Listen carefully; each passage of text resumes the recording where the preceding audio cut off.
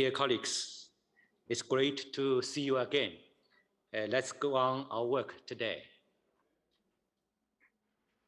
First of all, I'd like to thank all the colleagues for your sympathy, condolences, and solidarity expressed towards the people in Henan province affected by the unprecedented flood havoc.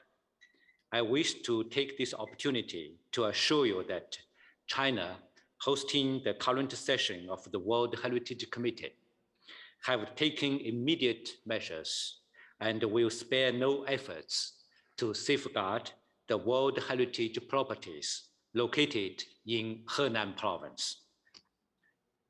The Bureau of the committee held its 5th meeting today. During this meeting, the Bureau reviewed the progress of work, and I record that the committee decided through a vote by secret ballot to delete the property Liverpool Maritime Mercantile City from the World Heritage List. This was the 3rd time a property was deleted from the list, after the Arabian Oryx Sanctuary in Oman in 2007 and the Dresden Elbe Valley in Germany in 2009. Each time we collectively fail to preserve a site, we can only share the pain of the state party concerned. I also informed the Bureau that we had only examined 3 reports of properties under item 7B, and that we will start our session today in the exact order in which they are foreseen in the revised calendar circulated by the Secretariat yesterday evening, and uploaded on its website. This means that we will start today's session with 2 sites from Asia Pacific first, namely 7B 34 Fort and Shalamar Garden in Lahore, 7B 142 Borobudur compounds. We will then resume the order where we left it yesterday, namely 7B 118 Lalibela, 7B 49 Budapest, 7B 50 Venice, 7B 52 Auschwitz, and we will close our session today with 7B 77 on the Ohrid region. Dear colleagues, I'd like to draw your attention on the very heavy agenda today, with 7 state of conservation reports to examine. As you have realized yesterday, there have been numerous long interventions to support an amendment. I fully understand the importance to express your support and solidarity, but I would kindly ask you all, in the interest of time management, to refrain as much as possible from making long interventions, especially when it is to fully support an amendment submitted. I count on your cooperation in this regard. Lastly, the Bureau heard a progress report from the chairperson of the working group on the budget, Ms. Zoya Kriskaya. The next meeting of this group will take place today from 4:30 to 5:30 p.m. Paris time, using the same Zoom link for the Bureau and the plenary meetings. Thank you very much. We will now resume our work on item 7B with the examination of 2 cultural properties located in the Asia Pacific region.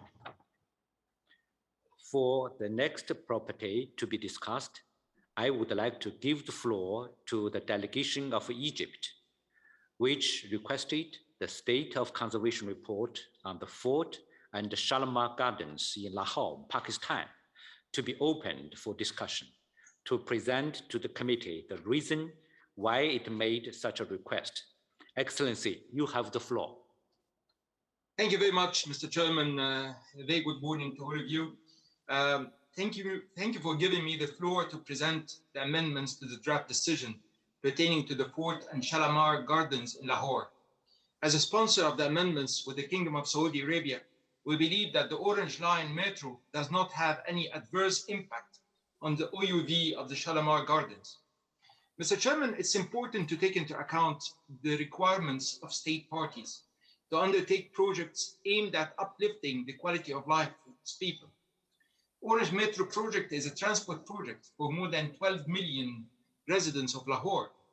Pakistan has conducted a number of assessment studies prior to the execution of the project, which indicates no significant impact on the OUV of the property. These studies conducted by an e-commerce expert include environment impact assessment, heritage impact assessment, visual impact assessment, and vibration analysis. All these studies carried out earlier were submitted to the World Heritage Center in November 2019 and acknowledged by the Secretariat. We believe that the state party has taken adequate measures to maintain the outstanding universal value of the site, including the preservation of its visual integrity.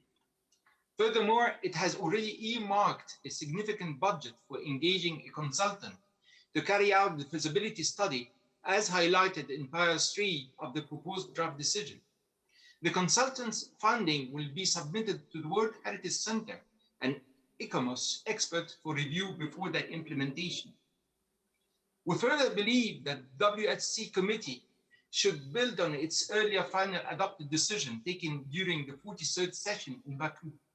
We need to acknowledge the efforts of the state party and its readiness to undertake further measures to implement the Rrm recommendations. We believe, Mr. Chair, that our proposed amendments are in line with the final adopted decision in Baku 2019, when the committee decided unanimously to delete some wordings in the draft decision, and we believe that these wordings should not be reinserted in the current decision. We propose to delete the first part of paragraph 5 to bring the draft decision in line with the final adopted decision at the 43rd session of the committee. The same applies to paragraphs 6 and 10. We take this opportunity to express concern over reference to the consideration of possible inscription of the Fort and Shalamar Gardens in Lahore on the list of World Heritage Endangered at the 45th session of the committee in 2022. We believe such a reference is presumptuous and implies failure of the state party in implementing the mission's recommendations. I thank you very much, Mr. Chairman. Thank you very much. Now I'd like to invite Mr. Feng Jing and e-commerce to respond to the comment. You have the floor. Thank you. Very good morning or good afternoon to you, Mr. Chairperson, distinguished committee members. You can see, first slide, please. Yeah, you can see that in front of you, the slide shows that this property is mainly threatened by a recent construction of a new Orange Line metro, which includes 14-meter high viaduct passing on the immediate vicinity of the property. And the previous analysis and conclusions by the World Heritage Center, e-commerce and Rrm indicate that there has been a lack in complying with the required procedure, and especially in considering all impacts of the project on the property.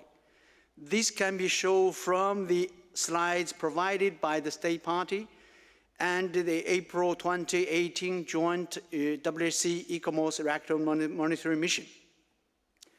The efforts made by the state party to address some of the committee's requirements with regard to the conservation of the property and the directions provided by the Supreme Court of Pakistan are acknowledged. These are demonstrated by the creation of the Special Committee of Experts, which oversees Rrm line-related operations, enabling a better decision-making process. The state party also undertook the planting of trees which may screen the view of the Rrm from the property and the test operations to evaluate vibration levels. However, most importantly, The committee may wish to reiterate its request the state party to fully implement all of the recommendations of the 2018 mission to mitigate to maximum extent the adverse effects of the ORMI project on the OUV of the property. This is referring to paragraph 6 of the draft decision.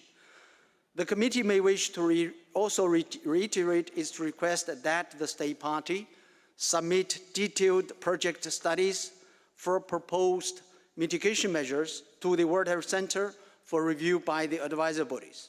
Furthermore, in the absence of significant progress in the implementation of measures recommended by the 2018 mission to address a certain danger to the OUV of the property, the committee may consider the possibility of inscription of the property on the list of World Heritage in danger at its 45th session in 2022.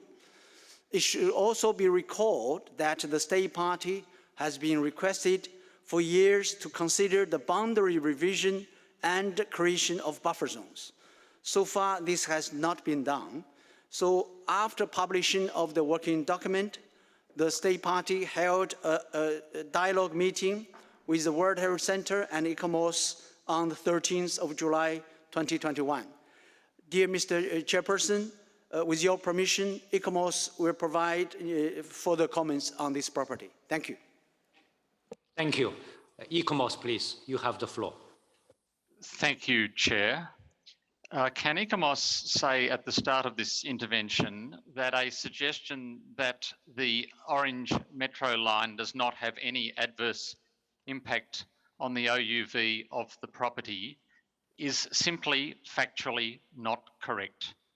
That statement is not consistent with previous decisions of this committee, nor the assessments provided by ICOMOS and the World Heritage Centre. Indeed, the process over recent sessions of the committee, including the reactive monitoring mission, has been to address the acknowledged adverse impact of the Orange Metro line. Chair, could I also please clarify with respect to the intervention from the Honourable Delegate for Egypt that the state party's heritage impact assessment may well have been prepared by one of the 10,000 members worldwide of ICOMOS, but was not an ICOMOS report. The official ICOMOS report has been previously provided to the committee, and the views of ICOMOS are embodied in the State of Conservation report before the committee. ICOMOS acknowledges that the state party has addressed some previous committee decisions and some recommendations of the 2018 reactive monitoring mission. However, there is a disappointing lack of progress, with only the selection of a consultant and a feasibility study for implementation of the many unfulfilled mission recommendations. This is concerning, given the time that has passed and the acknowledged impacts of the Orange Metro line on the outstanding universal value of the property. The feasibility study should be expedited, and it should be conducted in close consultation with ICOMOS, and the outcomes should be submitted to the World Heritage Centre for review. Importantly, the state party should very clearly commit to implementing the specific measures included in item 6 of the draft decision, as these are the most important actions to redress the adverse impact of the Orange Metro line. Chair and members, the items listed in draft paragraph 6 of the draft decision are the big impactful actions that the state party can take, and it is inexplicable that there would be a suggestion that they not be embodied in the decision if indeed there is a commitment from the state party to implement these actions. The state party has not provided sufficient information about proposed restoration projects which may contribute to conservation, and the brief outline provided about these projects does not allow proper assessment of their potential impact on the property's OUV. More detailed information should be submitted to the World Heritage Centre in conformity with paragraph 172 of the operational guidelines, and frankly to avoid the regrettable process that has taken place throughout the Orange Metro line project. The outstanding universal value of this property remains at risk, and the World Heritage Centre and the advisory bodies recommend that the decision of the committee should embody the necessary commitment to full implementation of the recommendations of the 2018 reactive monitoring mission, and in particular the measures which are specifically included in the draft decision, all of which, Chair, are perfectly consistent with the decision taken by the committee at its 43rd session. If there is not significant progress with implementation of the previous committee decisions and the mission recommendations, then it is reasonable for the committee to give fair notice to the state party that there is the potential in future for consideration of inclusion of the property on the list of World Heritage in danger. Thank you, Chair. Thank you. I'd like to know whether there are any comments. Saudi Arabia, please, you have the floor. Thank you, Chair, for giving Saudi Arabia the floor. Since we are presenting the amendments today about Fort and Shalamar Gardens in Lahore. We are here to present the amendments to draft decision 44.7b.34 pertaining to Orange Line Metro train project and its impact on Shalamar Gardens. As a sponsor of the amendment, proposed jointly with Egypt, China, Kyrgyzstan, Mali, Oman, St. Kitts and Nevis, and Thailand, we believe that the government of Pakistan is firmly committed to the 1972 Convention. Pakistan is an advocate and proponent of socially and culturally sensitive development and believes in striking a balance between the infrastructure development imperatives and socio-environmental and cultural considerations. The Orange Line Metro does not have any adverse impact on the outstanding universal value of the Shalamar Gardens. Extra care has been undertaken in its design, as well as construction and engineering plans to ensure foolproof protection and conservation of the property. Mr. Chair, dear colleagues, as we went through the records of the discussions in Baku, we see the exact same discussion taking place with the same arguments again. And it was highlighted in Baku. It is important to shed light on the eco-friendly nature of this project, as it will decrease congestion on the roads in the vicinity of the park. The energy efficient nature of this project will continue to actually decrease in the wear and tear of the heritage site due to pollution. It is also worth noting that since UNESCO is an integral part of the UN system, we have put in place such projects to have better living standards and more environment-friendly transportation system, which will advance the progress of Pakistan towards sustainable development goals. The government of Pakistan is fully committed to the implementation of Rrm Recommendations. The report of the RMM, which was released on the 12th of June 2018, gave a long list of specific recommendations, including realignment of existing roads and redirection of traffic. It is important to highlight here that many of these recommendations are aimed at creation of buffer zones, revision of boundaries, and realignment of motorways and historical GT roads. These steps involved acquisition of land and houses to create open space around the property, new and additional motorways, as well as pedestrian road going along all sides of the property.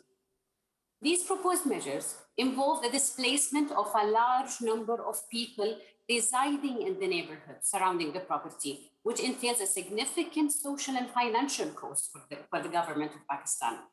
All these actions, as agreed by the World Heritage Committee, ECOMOS and ECROM, require detailed technical studies and appropriate social measures in order to maintain the integrity and consistency of decisions in the committee. We believe, Mr. Chair and dear colleagues, that our proposed amendments are in line with the final adopted decision in Baku 2019, where paragraph 3 with the proposed wordings were deleted by committee members in the final adopted decision 43.7b.72. However, we noticed that the same wording has been reinserted again in draft decision 44.7b.34. We propose to delete the first part of paragraph 5 to bring this draft decision in confirmation of final adopted decision at the 43 committee session in Baku. As previously mentioned, regarding maintaining the integrity and consistency of the decisions of the committee, we further note that paragraph 6, and in particular 6A, B, and C, were proposed in the draft decision in the 43rd committee member in Baku, but were deleted from the final adopted decision by committee members. In addition, Mr. Chair and dear colleagues, we propose the deletion of the last part of paragraph 10, since it was deleted in the 43rd World Heritage Committee meeting in Baku as well. In conclusion, the State Party has already submitted the outcomes of monitoring activities to assess the impact of the Orange Line Metro, in particular, the Heritage Impact Assessment, the Environmental Impact Assessment, the Visual Impact Assessment, and the Vibration Analysis studies. All these studies were shared by the State Party with the World Heritage Secretariat in November 2019 after Baku meeting. And last but not least, Mr. Chair and dear colleague, as we have said earlier, we should encourage state parties who show progress and commitment towards decisions of the committee, and Pakistan has spared no effort to show that progress and commitment. Thank you, Mr. Chair, and sorry for taking a long time. Thank you. Now, Oman, please, you have the floor. Good morning, Mr. Chair, Excellencies, ladies and gentlemen. As a co-sponsor, and in addition to the intervention made by Egypt and Saudi Arabia, the Oman delegation acknowledged the progress made by Pakistan on the state of conservation of the Fort Shalamar Gardens in Lahore and its protection and management.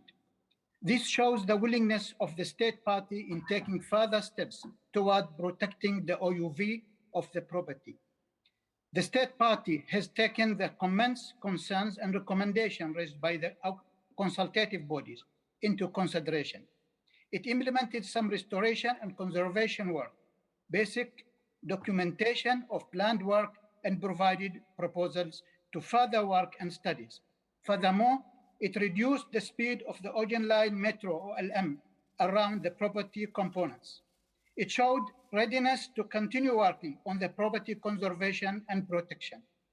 The Omani delegation values and welcomes the state party commitment and all efforts that has so far made to protect the OUV of the Fort and Shalamar Gardens in Lahore. It is recommended that the state party continues its planned works with consultation from the WHC and or ICOMOS, mainly in terms of restoration and conservation activity, which can improve the general state of conservation and condition of the historical element of the property. The state party still has time until February 2022 for examination by the World Heritage Committee in the 45th session in 2022 to submit and or address all concerns raised by the World Heritage Center and the Advisory Board. Oman supports the amendment and draft decision. Thank you. Thank you. China, please, you have the floor.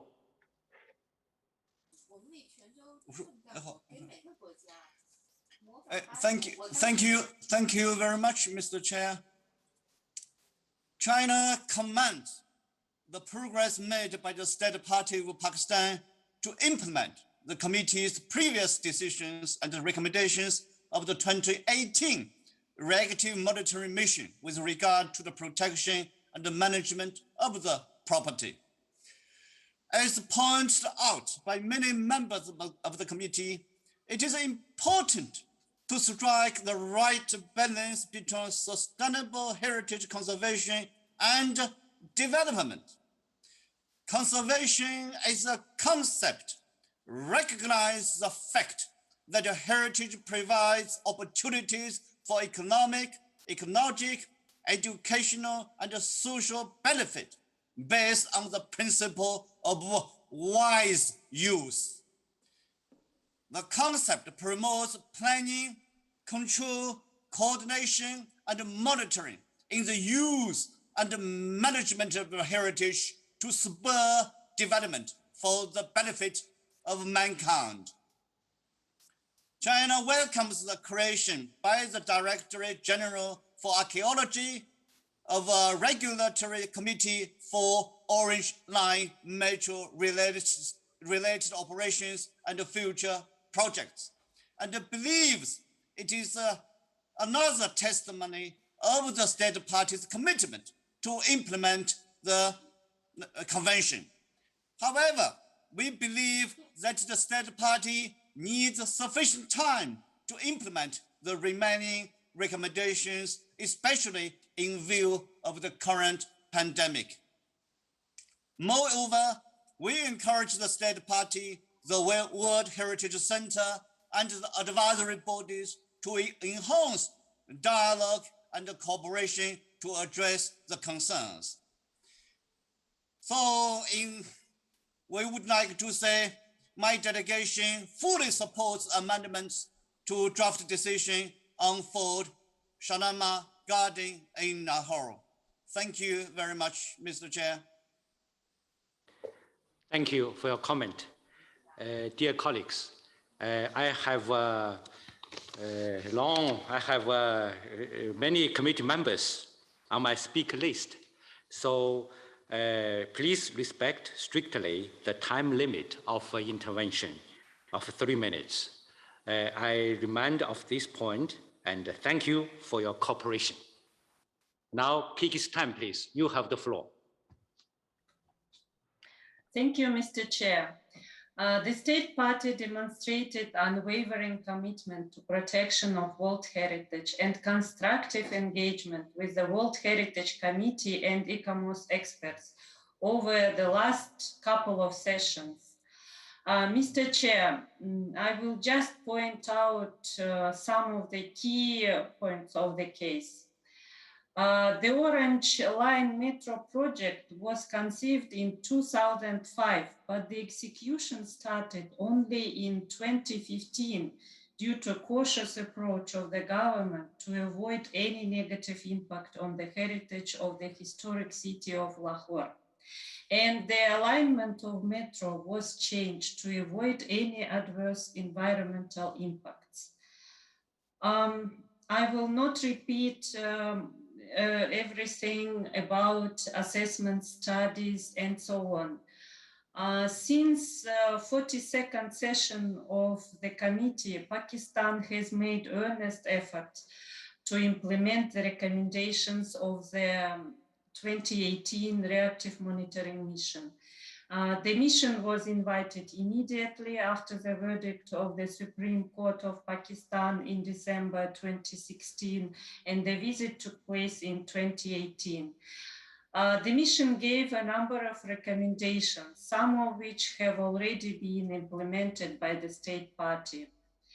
And it was also acknowledged in the report. For the remaining recommendations, significant social and financial costs are involved, for which Pakistan needs time, especially since the COVID pandemic has hampered abilities of many states to proceed with implementation measures.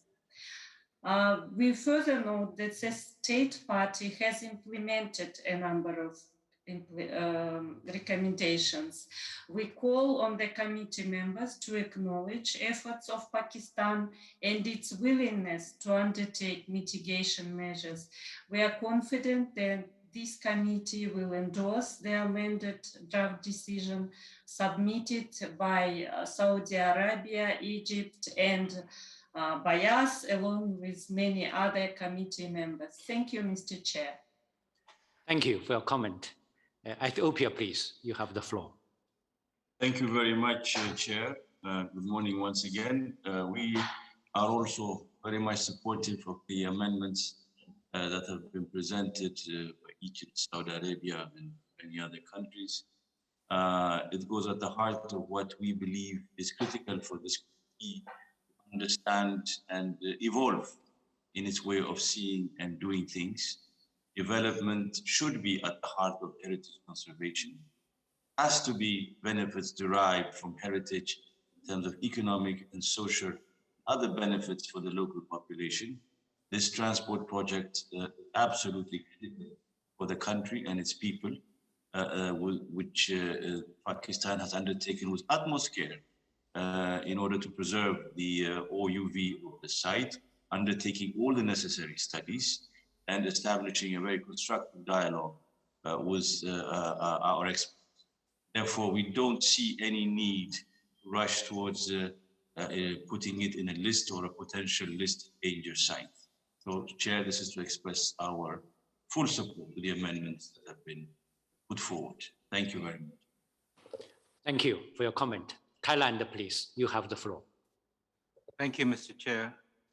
My delegation shares the views expressed by the previous delegations in support of the amendments to the draft decision. We fully believe in the importance of balancing conservation and development, which we believe the government of Pakistan has sought to do with regard to the Orange Line Metro.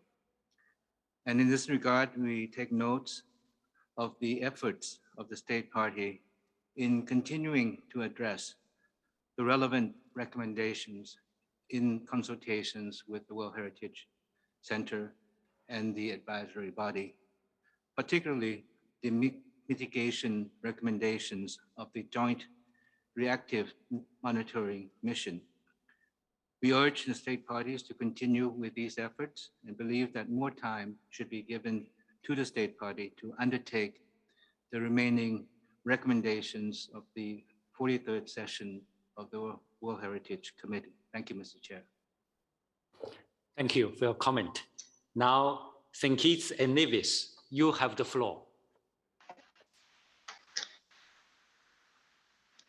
Thank you, Mr. Chairman. I will be brief, just to underline and support what the previous speakers have been saying in terms of supporting and endorsing the amendments that have just been cited. Let me just also underline 3 points. The first is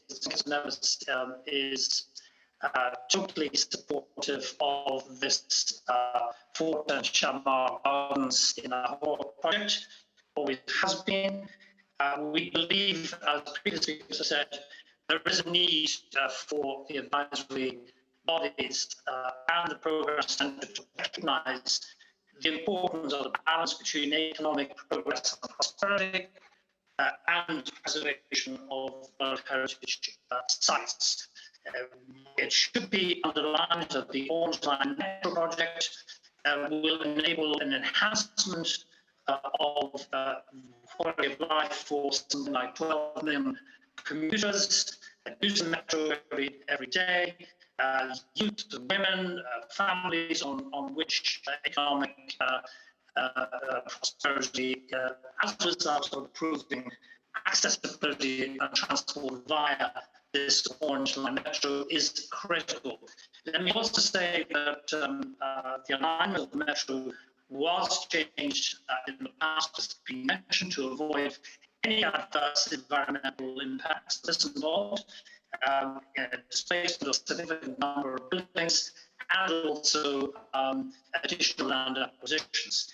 Pakistan, in our view, has undertaken multiple assessments, the most recent being the cheap PSA study, which I quote, cited that the authenticity and visual integrity and outstanding value of the property are not significantly impacted by the metro construction. End of quote. Therefore, I will again just underline the very strong unqualified support for this particular nomination. Thank you, Mr. Chairman.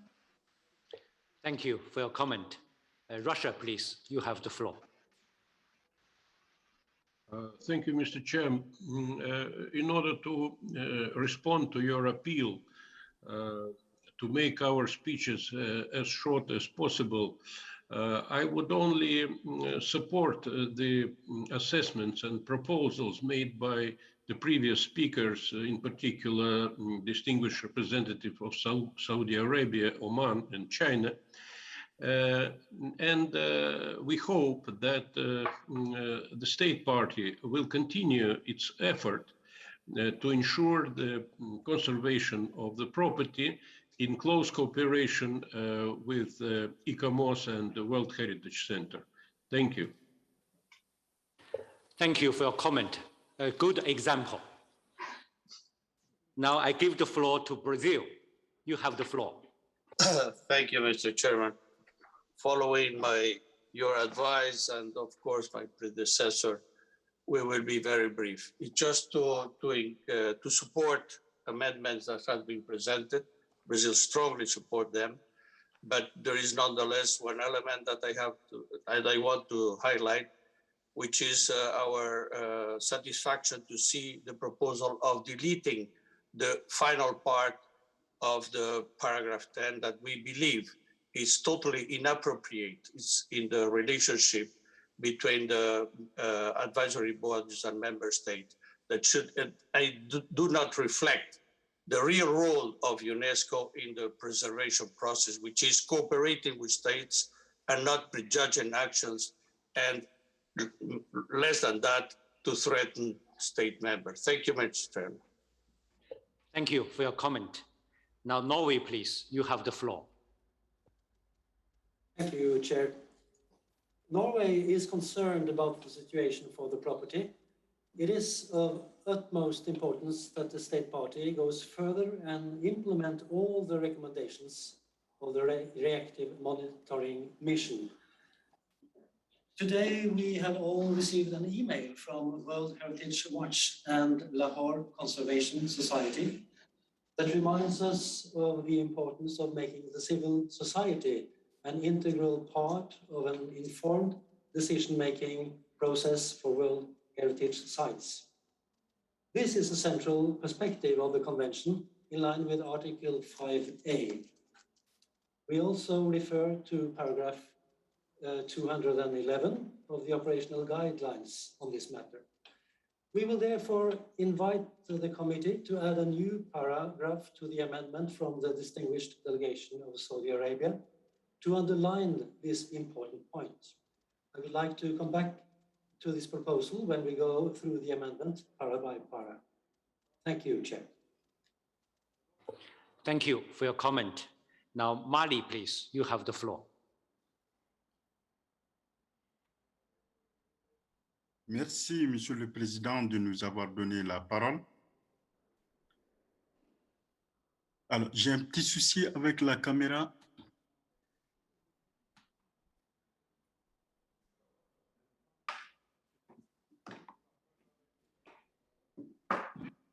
Oh, you can go ahead. This picture is very handsome. Merci, Monsieur le Président, de nous avoir donné la parole. Je voudrais profiter de cette occasion déjà pour présenter toute notre condoléance au gouvernement de la Chine suite aux inondations qui viennent d'avoir lieu. Monsieur le Président, en ce qui concerne le dossier présenté par le Pakistan, nous notons que l'État partie du Pakistan a mis en œuvre un certain nombre de recommandations. Et pour les restes, il a déjà affecté un budget important à l'engagement des consultants pour réaliser l'étude de faisabilité, comme souligné au paragraphe 3 de l'avant-projet de décision 44 7B34. Le processus de sélection du cabinet de consultants est également terminé et les conclusions du consultant seront soumises aux experts du Centre du patrimoine mondial et de l'ICOMOS pour examen avant leur mise en œuvre. Au vu de tout cela, nous pensons que le comité devrait reconnaître les efforts de l'État partie du Pakistan et surtout sa volonté de prendre des mesures d'atténuation. Nous sommes convaincus que les projets de décision présentés par l'Égypte, l'Arabie saoudite et coparrainés par d'autres pays seront approuvés par le comité. Je vous remercie, Monsieur le Président. Thank you. Thank you for your sympathy and solidarity for the Henan province. Thank you for your comment. Now I give the floor to South Africa. You have the floor. Thank you, Chairperson, and many thanks for allowing me to take the floor in support of the proposed amendments tabled by Egypt and Saudi Arabia and their co-sponsors. In the analysis of the State of Conservation report, the World Heritage Center and ICOMOS do acknowledge that evident progress has been made in the implementation of the 2019 recommendations. Considering the exceptional circumstances of the COVID-19 pandemic, South Africa would like that the state party be granted more time to implement the outstanding recommendations included in the previous decision of Baku 2019. South Africa therefore finds the suggestion for inscription in the list of World Heritage in danger premature. South Africa would also like to encourage a more active dialogue and open line of communication between the state party and the center. I thank you.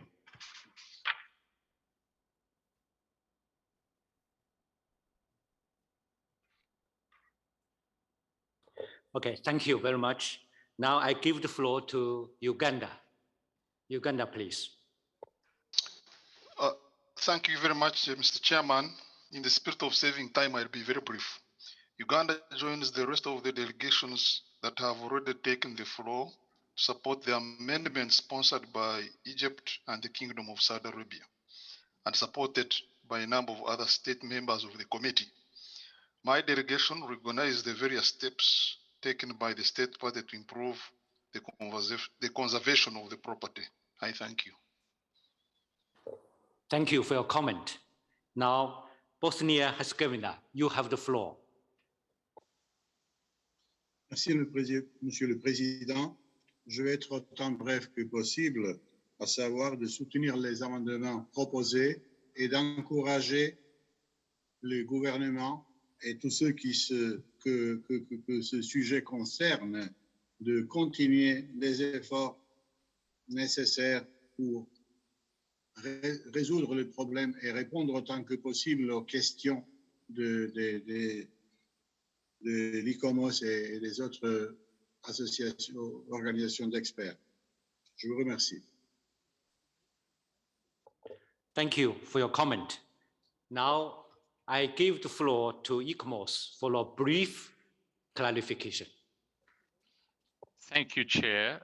ICOMOS would like to clarify with respect to the interventions from the honourable delegates that this issue is not about the metro itself.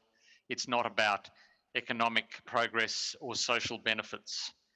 And ICOMOS would note with the greatest of respect to those who've made mention to the impact assessments and technical reports that for the metro itself, they were not prepared, commissioned and submitted until after the project had reached a stage at construction that it was a fait accompli, and the state party declined to invite the originally requested reactive monitoring mission until the metro was already largely built. What this matter before the committee is about is the mitigative measures to a metro that already exists. It's not about sufficient time. Can I simply say that ICOMOS would welcome the open dialogue that has been suggested by the Honourable Delegate for Brazil and South Africa and others, and would be keen to collaborate with the state party. ICOMOS acknowledges the clear consensus of the committee not to make reference to potential listing in danger, and that is accepted. But with respect to item 6, ICOMOS highlights again that the items set out in item 6 of the draft decision are the most important actions to address the acknowledged impact of the metro line, as you can see on the screens in front of you. And ICOMOS frankly does not understand why there would be an objection to including this specifics in the decision if there is a true commitment from the state party, and ICOMOS stands ready to collaborate with the state party on fulfilling that commitment. Thank you, Chair. Thank you. I see no more questions in the comments. So I now invite you to adopt the draft decision 44-7B.34 concerning this property. But before doing so, I'd like to ask the rapporteur to present the amendments on the draft decision that she has received. Mr. Rapporteur, you have the floor. Thank you, Mr. Chair. There was an amendment submitted by a number of committee members. You can see the amendment on the screen. There were no changes proposed for the paragraphs 1, 2, 3, and 4. We can perhaps continue with adoption of these paragraphs and then continue with the amendments proposed. Dear colleagues, I suggest that we approve the text paragraph by paragraph. But before doing so, just now, Norway put forward some amendments. I think we will give Ms. rapporteur some time to table it to the screen. At the same time, yes, please. Mr. Chair, we haven't received any written amendment, but as far as I understood, Norway will interfere when the time comes and propose their amendment. Okay. So for paragraph 1, 2, 3, 4, no revision, approve? Okay, approved. Go ahead. Paragraph 5, the first part of the paragraph is proposed for deletion. So the paragraph 5 reads, also requests that the state party work in close cooperation with the World Heritage Center and ICOMOS to assess all OILM-related operations and future projects in order to prevent any damage to the properties OUV. Approve?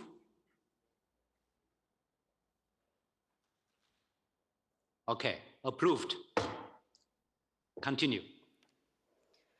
Original paragraph 6 of the decision is proposed for deletion. Norway, please, you have the floor. Thank you, Chair. I think this might be the right place to add a paragraph concerning the involvement of the civil society. And our proposal is, and I read, further requests the state party to involve the civil society as an integral part of an informed decision-making process. May I ask kindly if you could read very slow so that our colleagues can note it? Thank you. Sorry.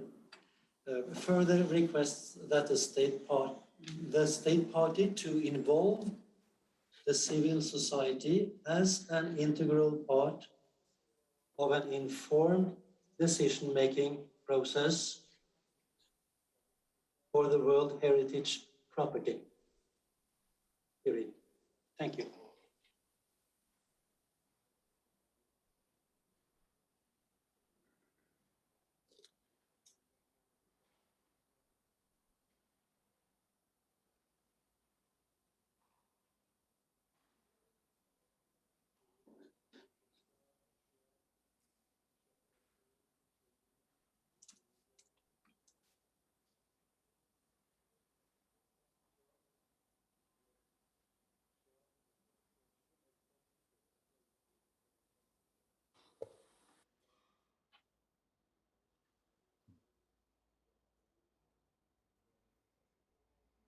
Norway, have you finished?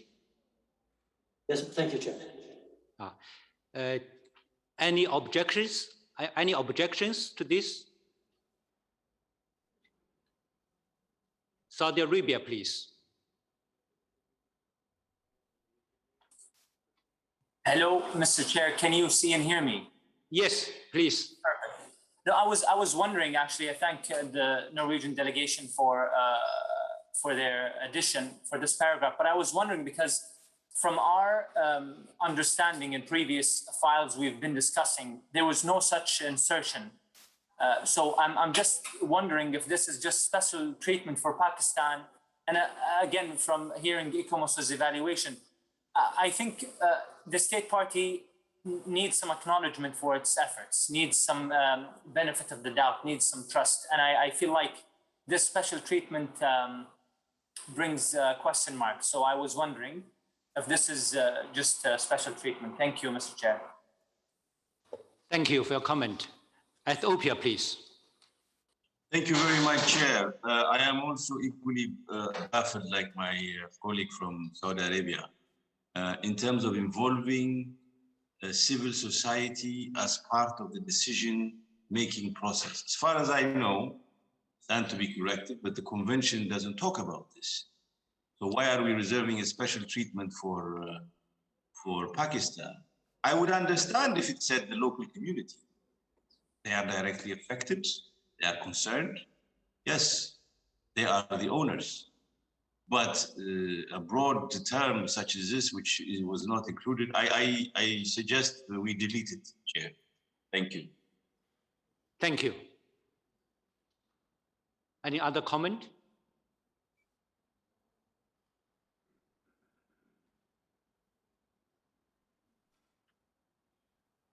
Norway, please. You have the floor. Thank you, Chair. We think it will be wise to change civil society to local community in line with the last intervention from Ethiopia. Thank you, Chair.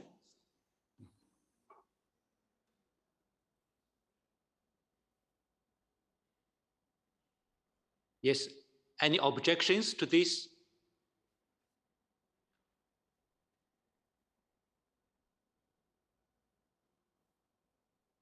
Approve? Saudi Arabia, please. Thank you, Mr. Chair. I recommend that we don't put it as a separate decision.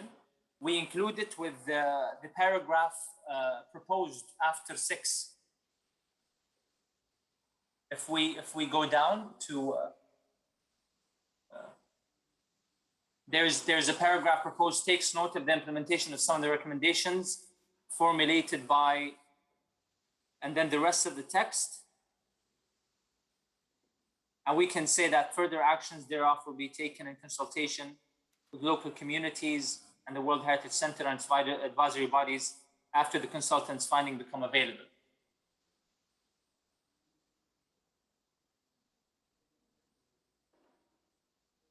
Mr. Rapporteur, it's okay? Yeah. For Norway, it's okay for you? Thank you, Chair. Yes, it's okay for us. Thank you. Okay. So, go ahead. Thank you, Mr. Chair. So the original paragraph 6 of the decision is proposed for deletion. We have new paragraph 6 reading. Also takes note of the implementation of some of the recommendations formulated by the 2018 Reactive Monitoring Mission, and further notes that for the remaining recommendations, the consultant engaged by the state party will undertake detailed feasibility studies. Further actions thereof will be taken in consultation with the World Heritage Center and the advisory bodies after the consultant's findings become available. Also requests the state party to involve the local community as an integral part of an informed decision-making process for the World Heritage property. Approve? Norway, please. I'm sorry, Chair, we were not asking for the floor now. Thank you. No, Saudi, yeah, okay. Saudi Arabia, please. Thank you, Mr. Chair. Please bear with me. I'll be very brief. I would like to add just one phrase next to, let me just, where are we? Requests the state party to involve the local community, and then comma, according to national legislation, comma, as an integral part of an informed decision-making process for the World Heritage property. Thank you, Mr. Chair. Thank you. Approve?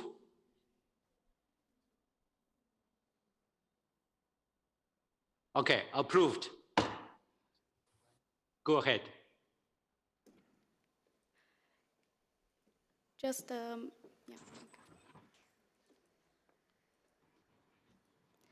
We have no modifications proposed for paragraphs 7, 8, could you scroll down?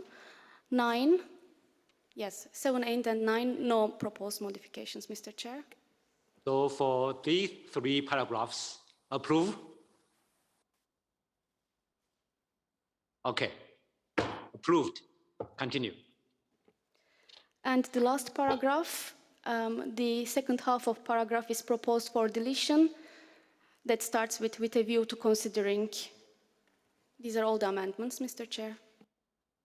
Okay, yeah. It's paragraph 10, right? Correct, Mr. Chair. Yeah. Any objection?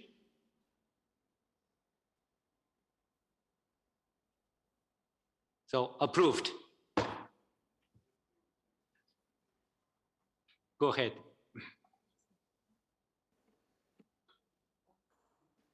Okay. Guatemala, please. Thank you, Chair, and good morning, good afternoon to everybody. I just have a practical question regarding the paragraph 10. Should we take out the date of the session and just mention the session to comply with previous paragraphs and decisions?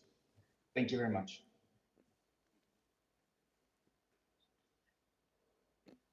Any objection? I see now. Approved. Go ahead.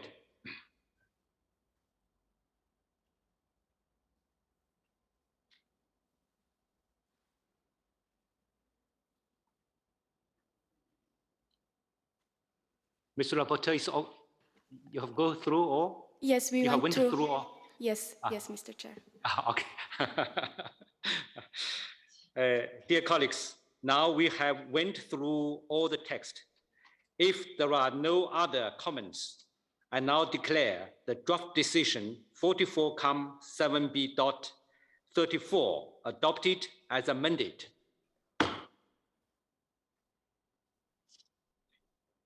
I'd like to ask whether any observer delegation would like to express themselves about this property. Yes. World Heritage Watch, you have the floor for 2 minutes intervention. Thank you, Mr. Chair.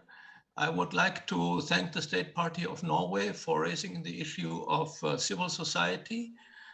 We reiterate that we would like to be given the floor before decisions are being made in order to give us a meaningful participation in the processes and procedures of the convention.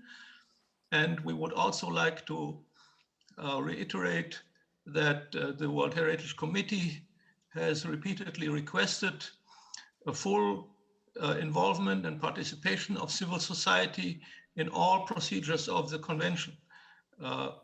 Taking that into consideration, I think it should not be even a matter of discussion whether civil society should have the floor and should have the possibility of making constructive contributions to the considerations of the World Heritage Committee. Thank you very, very much, Mr. Chair. Thank you for your comment. Pakistan, please. You have the floor. Thank you, Mr. Chairperson. Mr. Chairperson, Excellencies, distinguished committee members, thank you for giving Pakistan the floor as an observer and state party to the convention. I would like to congratulate China for excellent stewardship of the committee proceedings. I would also like to thank Kingdom of Saudi Arabia, Egypt for sponsoring Pakistan's amendments to the draft decision, as well as co-sponsors, which include China, Kyrgyzstan, Mali, Oman, St. Kitts, Nevis, and Thailand. Mr. Chairperson, Pakistan is fully committed to upholding of the 1972 Convention and the conservation of its World Heritage properties. Mr. Chairperson, we also firmly believe in the conservation of Lahore Fort and Shalamar Gardens. We are resolved to implement the recommendations of 2018 joint WHC and ECOMOS reactive monitoring mission recommendations, some of which have already been implemented, and for the rest, I assure that a committee consultant firm is being hired, which will prepare the number of reports in the coming months. And these reports will be shared with the World Heritage Center and ECOMOS for review before implementation work is undertaken. Mr. Chairperson, I once again express my gratitude to all committee members who have supported us in their interventions and look forward to working in close cooperation with World Heritage Center and ECOMOS to implement the mitigation measures recommended by the 2018 mission. I once again thank you very much, Chair, for giving this opportunity. Thank you for your comment.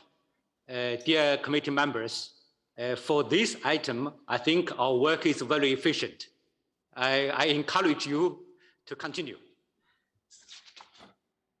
So for the next property to be discussed, I'd like to give the floor to the delegation of Thailand, which requested the state of conservation report on the Borobudur temple compounds, Indonesia, to be opened for discussion, to present to the committee the reason why it made such a request. Excellency, you have the floor.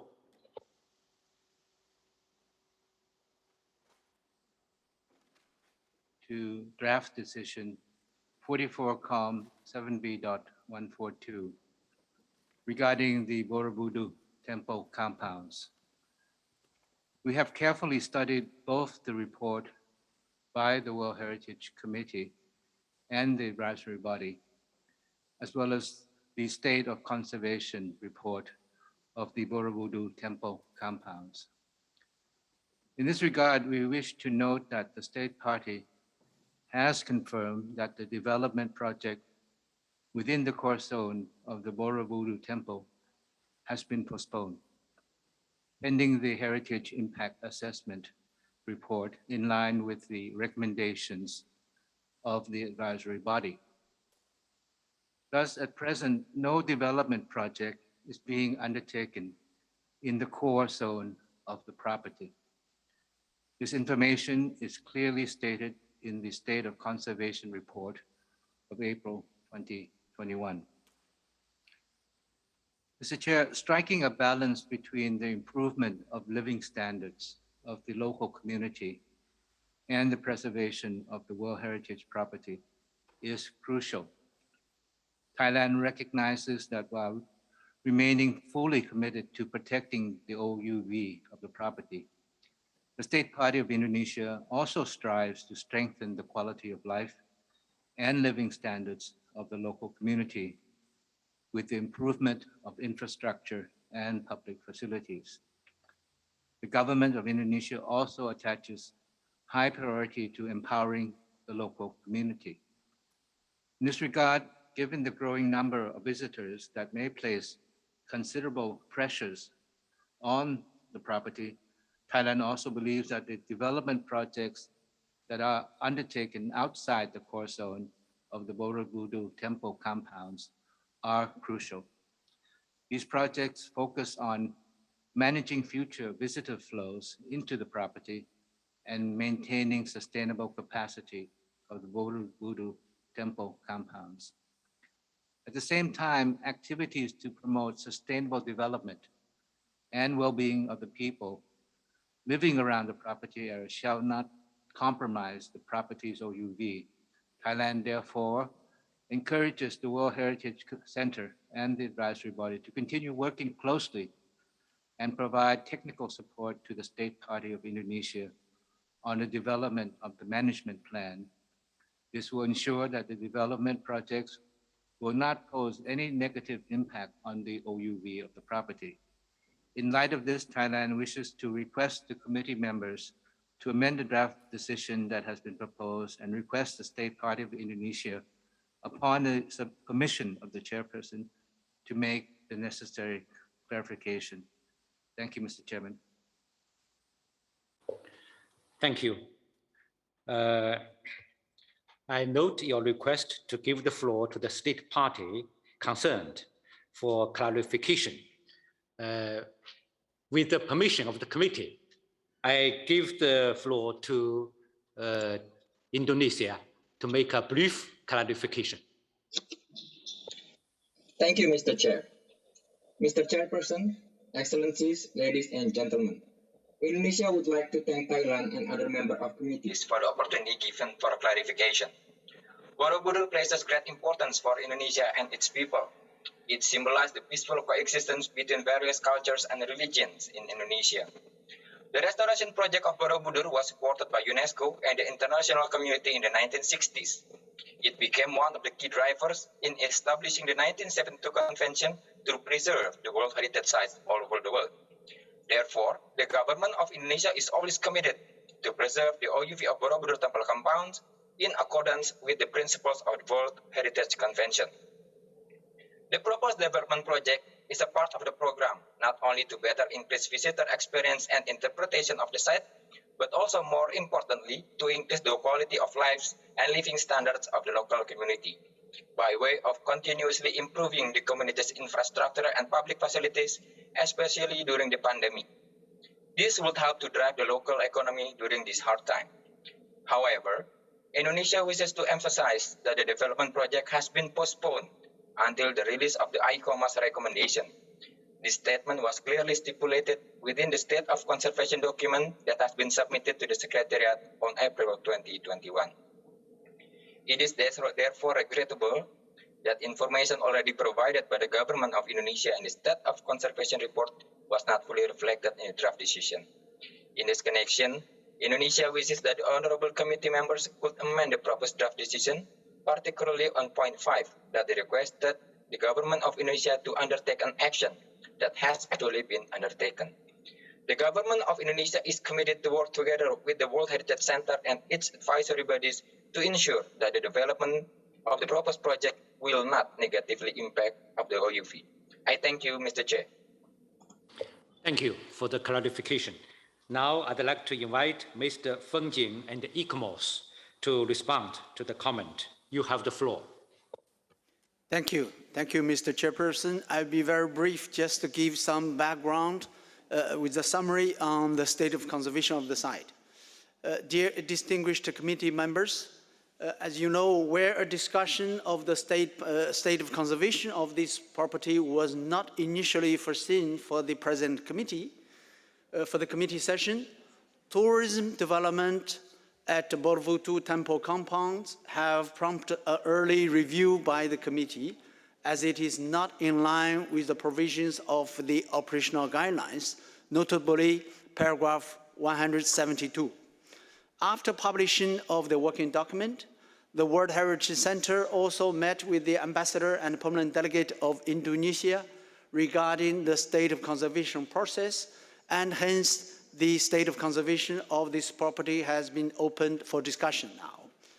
On the 8th of April 2020, the World Heritage Center requested that the state party clarify third-party information regarding the construction of tourism facilities within and around the property. On 23rd October 2020, further third-party information was provided, which indicated that construction works had already started prior to the submission of a heritage impact assessment. In view of the urgent situation, the World Heritage Center and the advisory bodies requested the state party to submit a state of conservation report for review by the current session. Between April 2020 and April 2021, a total of 6 letters have been sent by the World Heritage Center to the state party requesting clarification on the state of conservation of the property. And one online meeting was also organized with the prominent delegation of Indonesia on the 6th of November 2020. On 5th and 9th of April 2021, the state party submitted a state of conservation report and the related documents. The SOC report indicated that ongoing development plan for Borobudur region and comprises 4 components, being first, the construction of cultural district and identity gates. Second, construction of cultural access pathways. And third one is the development of Borobudur concourse area. And the last one is the relocation of the commercial and the parking area. As of yesterday, the state party also transmitted a note verbal to the World Heritage Center, and this has been shared with the advisory bodies. It should be noted that the information provided in April and July 2021 is after the deadlines indicated in the operational guidelines. Mr. Chairperson, ICMOS will provide further comments on this property. Thank you. Okay, ICMOS, please, you have the floor. Thank you, Chair. The World Heritage Centre and the advisory bodies only became aware of the extensive tourism development which has already commenced within and around the Borobudur property through third-party reports. not through notification by the state party in accordance with paragraph 179 of the operational guidelines. The statement of outstanding universal value for the property states, and I'm quoting, "The main threat to the ensemble is from development that could compromise the extraordinary relationship between the main monument and its wider setting, and could also affect the outstanding universal value of the property." That's the end of the quote. The incomplete heritage impact assessment that has been submitted indicates clearly that the projects under consideration may impact the outstanding universal value of the property, especially as they affect the property's setting and the landscape surrounding each component. And as has been reported, ICOMOS has provided a technical review, and the heritage impact assessment and the projects themselves should be revised accordingly. There is no comprehensive tourism management plan defining a general policy for tourism development in the region consistent with the outstanding universal value of the property, nor are there minimum standards for individual projects. To be clear, ICOMOS supports sympathetic and sustainable tourism and the benefits that can flow for the local community. ICOMOS is making an offer of help.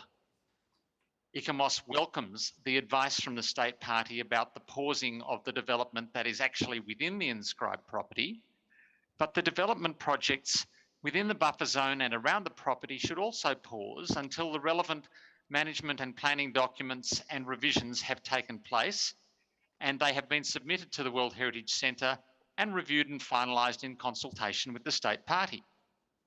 The state party should be encouraged to engage in phased dialogue and consultation with the World Heritage Centre and the advisory bodies on further assessments of these projects and the development of the management plan through capacity building assistance, so that the manner in which the property and its setting develop in future and harness the benefits from tourism are actually consistent with the outstanding universal value of the property. Thank you, Chair.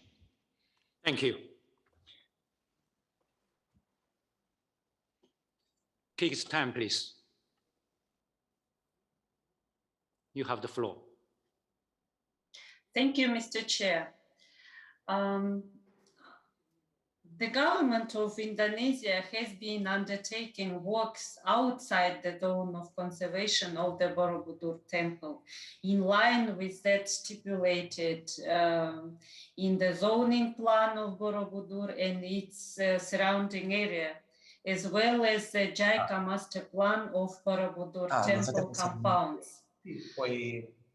Rebuilding local houses, improving pedestrian areas located in local villages, creating new travel patterns to enable tourists to visit areas outside the temple compounds, and creating spaces like local art community performances, workshops and training facilities for local artisans and traders are all examples of development projects undertaken outside the Borobudur temple compounds to improve the quality of lives and living standards of the local community.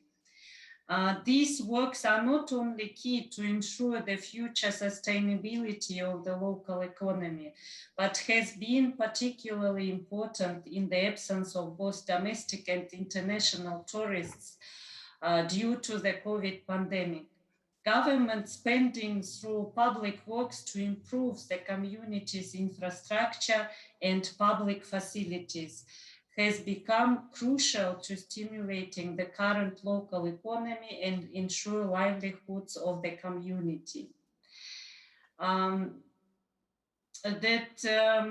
We just wanted to make this decision more reflective of their condition on the ground. And therefore, we ask to support the amendment proposed by Thailand and us. Thank you, Mr. Chair. Thank you for your comment. I'd like to know whether there are any other comments.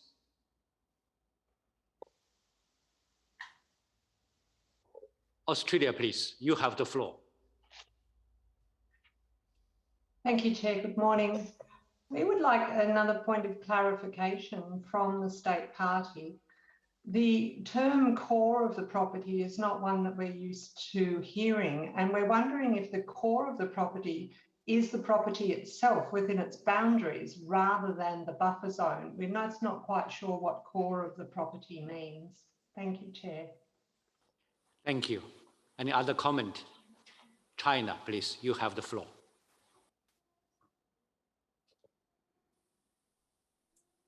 Okay, thank you, Mr. Chair. Borobudur temple compound has a special place in the list of the World Heritage.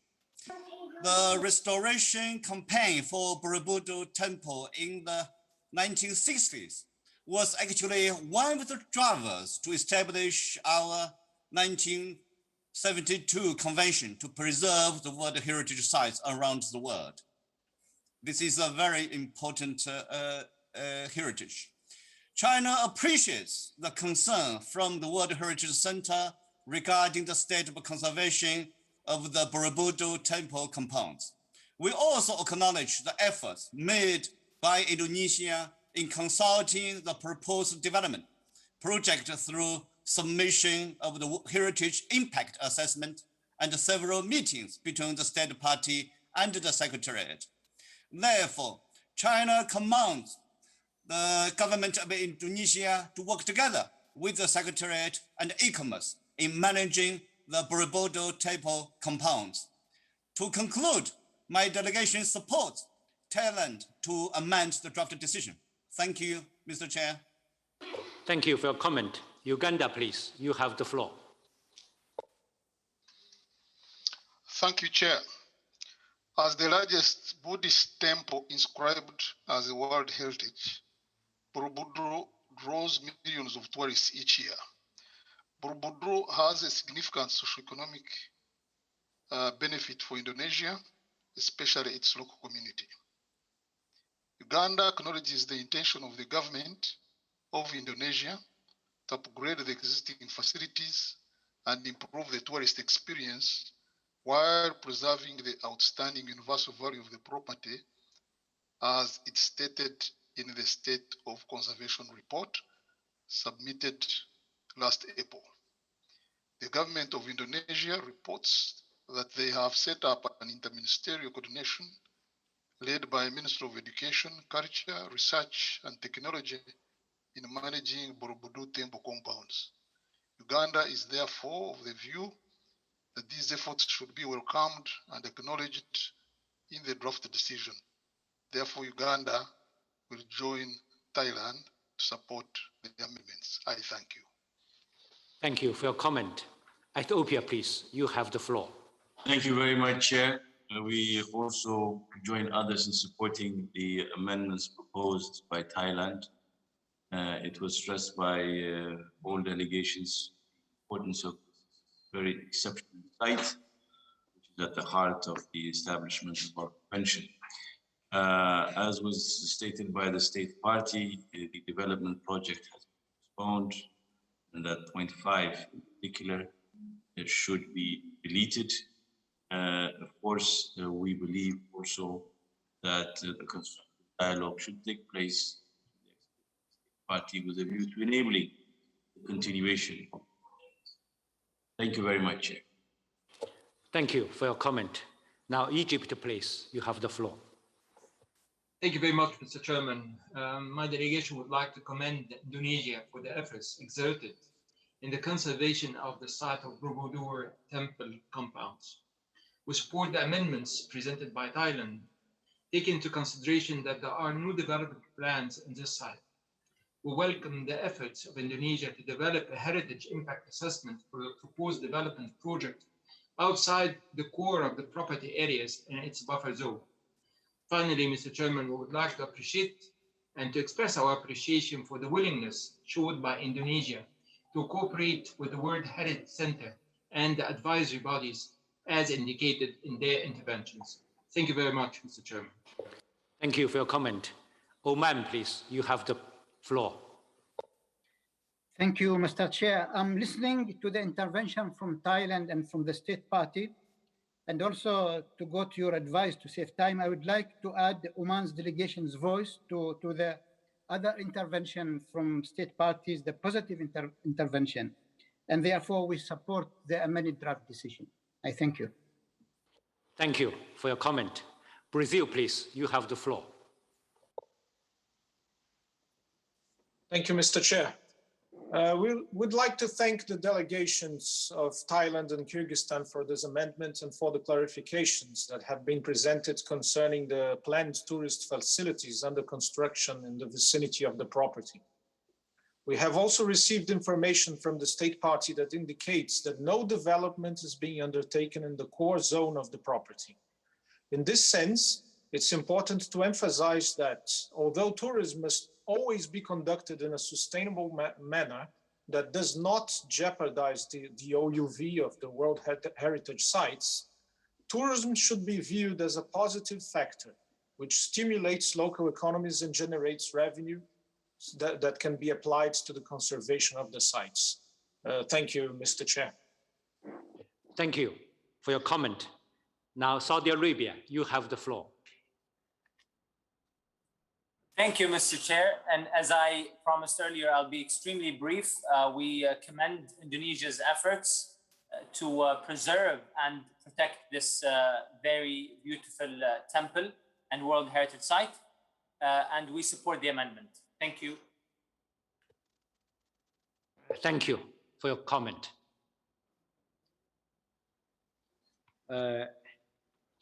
Indonesia, you may respond briefly to the question raised by the committee members, please, with 2 minutes intervention.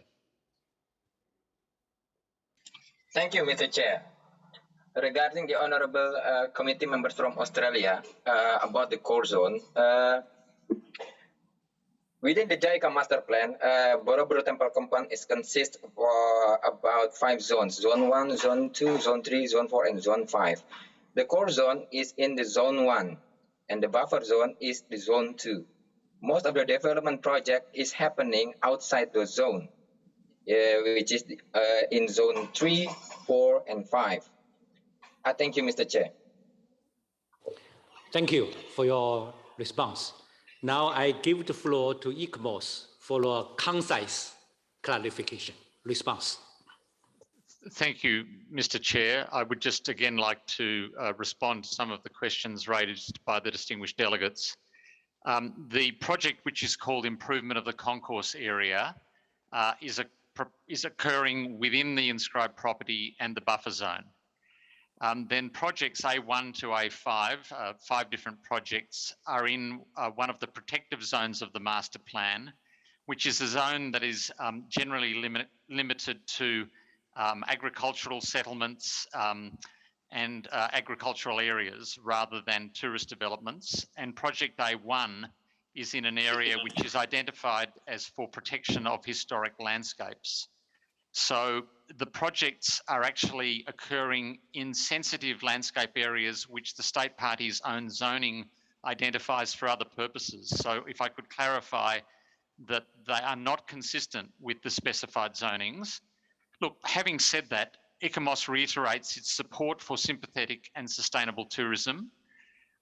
We note that the state party's own heritage impact assessment indicates that there are impacts on OUV, and we would like to collaborate to prevent those impacts in accordance with the draft decision.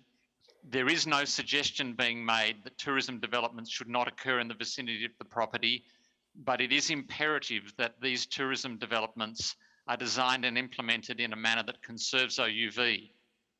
It's therefore appropriate that the projects be paused as per the original wording of the draft decision, because that is what will allow the input from the advisory bodies to ensure that these worthwhile developments occur at locations and in a manner that is consistent with the OUV of the property. The advice from ICMOS is to retain the decision so that we can contribute and enjoy that collaboration with the state party.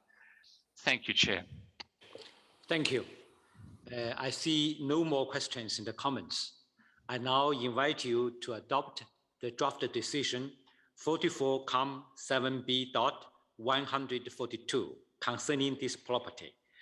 But before doing so, I'd like to ask the rapporteur to present the amendments on the draft decision that she has received. Mr. Rapporteur, you have the floor. Thank you, Mr. Chair. We received an amendment from distinguished delegates of Thailand and Kyrgyzstan. The proposed amendment has no modifications to paragraph 1 of the decision. Dear committee members, I suggest that we approve the text paragraph by paragraph. So paragraph 1, no revision. Approve? Norway, please, you have the floor. Thank you, Mr. Chair, for giving Norway the floor. We have been looking very carefully into all information received from advisory bodies, the Centre and the State Party, and we have also studied the amendment proposed by our colleagues from Thailand and Kyrgyzstan. In light of that, we have the following question and comments to the amendment. The first part, para 1 reads, and I quote, taking note that there is no development plan in the Borobudur temple compounds, end of quote. We would still like a clarification on what is meant by this phrase, because if the meaning of the phrase is to state that there is no plan to perform development projects in the World Heritage Property, we find this phrase highly problematic. Because if we're not mistaken, there is at least one development project within the buffer zone and rather close, if not within the World Heritage Property itself, if we understand ICOMOS correctly. We would therefore suggest that this phrase might be struck. Regarding the second phrase of the paragraph, we see this also as a bit problematic, and as it reads, and I quote, acknowledging that development projects outside the core of the property area and its buffer zone are needed to prevent adverse impact on the outstanding universal value of the property, end of quote. As this phrase stands, Mr. President, it makes it sound like development is a prerequisite for the safeguarding of UV, which is of course wrong. In that perspective, we are tempted to ask for the phrase to be struck. But that being said, and as an attempt to meet halfway, we acknowledge that support for local communities and resource generation, which can contribute to appropriate conservation activities, may be facilitated by appropriate and sustainable development actions. If that's the intention of this phrase, we would like to propose the following wording, and I quote, acknowledging that development projects outside the inscribed property and its buffer zone may support local communities and conservation activities. In order to do so, the project should be sustainable and consistent with the OUV of the property, end of quote. Thank you, Mr. Chair. Thank you. So I ask the committee members for paragraph 1. Approve paragraph 1. Okay, approved. Then for paragraph 2 and paragraph 3, any objections? Australia, please. Chair, we would like to support Norway's amendment to the second part of the paragraph. Thank you.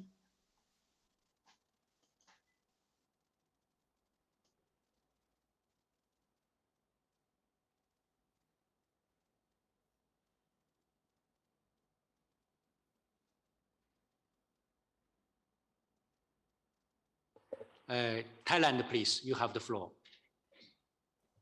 Thank you, Mr. Chairman. Of course, we appreciate the amendments proposed by Norway and the rationale behind it, but we would like to insist on our amendments because I think they reflect the facts.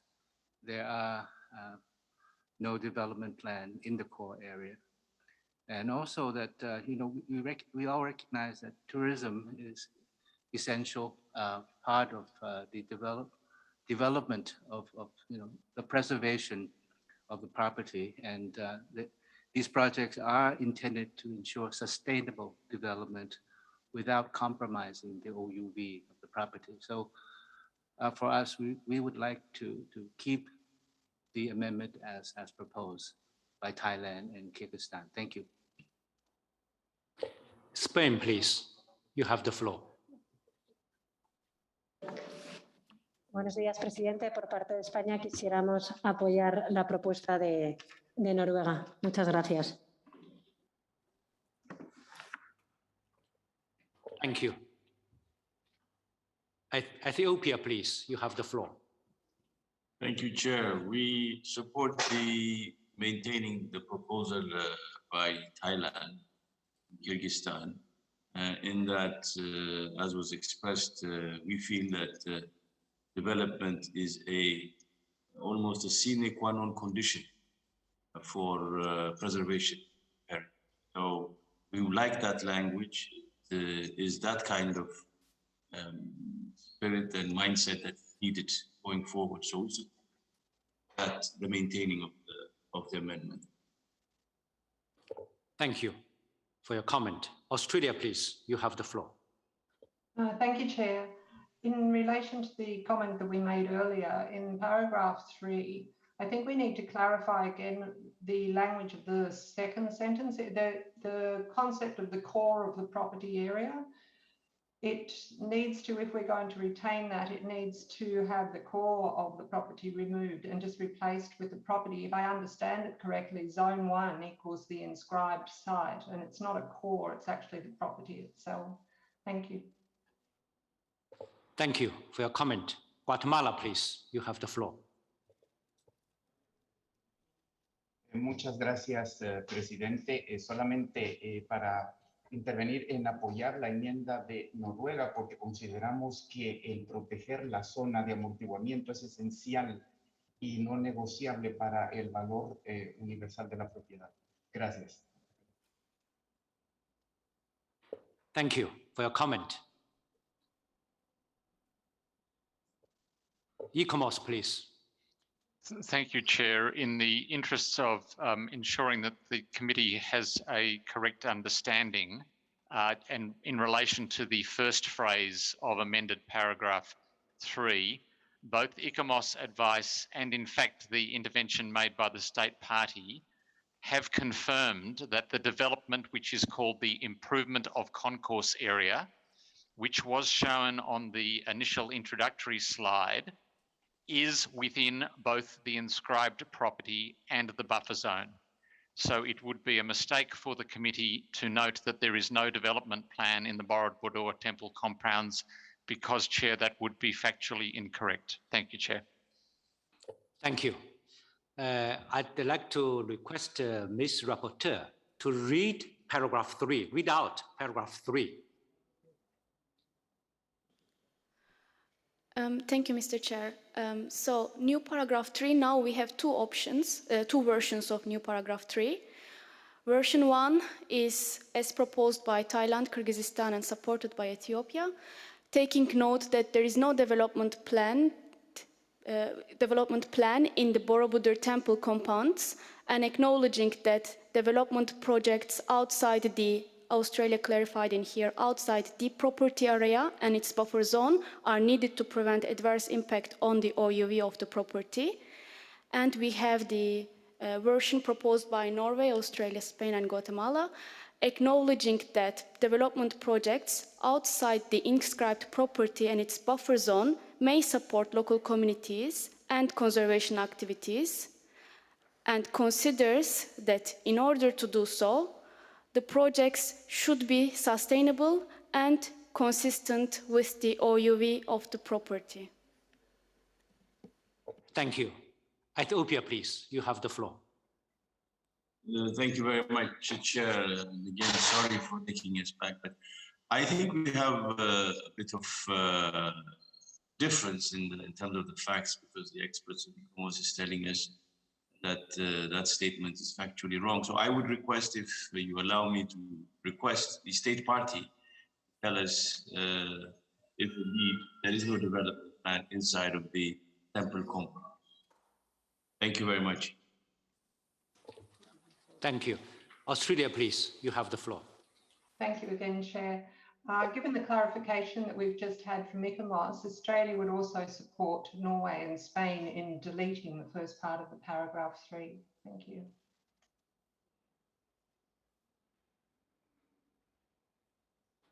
Thank you. Just now, our colleague from Ethiopia request they give the floor to the state party to answer the question. Can you formulate the accurate question?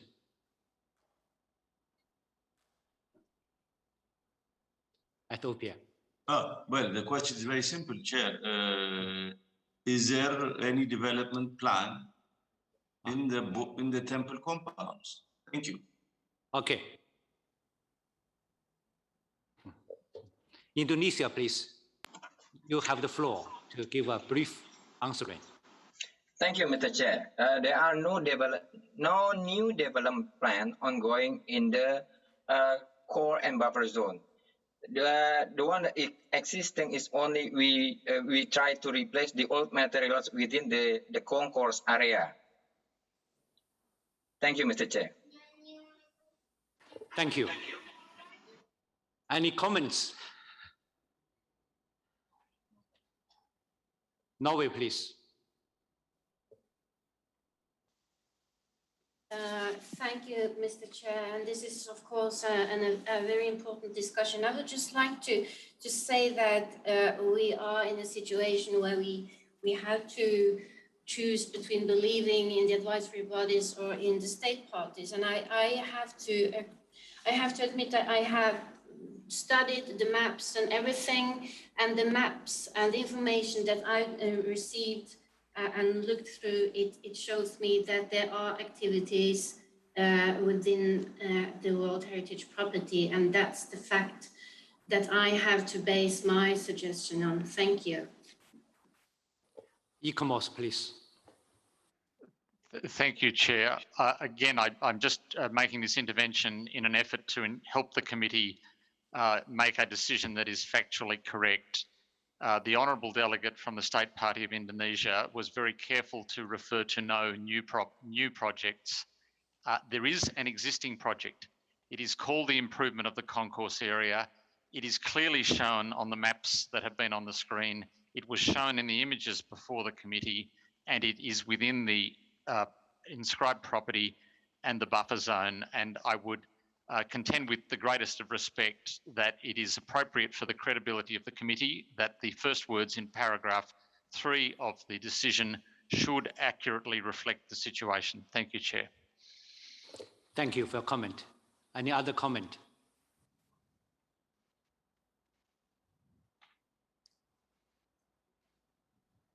Ethiopia, please, you have the floor. So from our understanding, there is no new development project. Is that the formulation? If I could ask the ICOMOS expert. ICOMOS, you have the floor. Thank you, Chair. ICOMOS's clear understanding is that there is an existing project proposed, and it's in fact paused as indicated by the state party. Our interest is in assisting the committee in making a correct statement. And the correct statement is that there is a current project within the inscribed property and the buffer zone. Thank you, Chair. Thank you. Dear colleagues, do you like to reach consensus now or to constitute a draft group?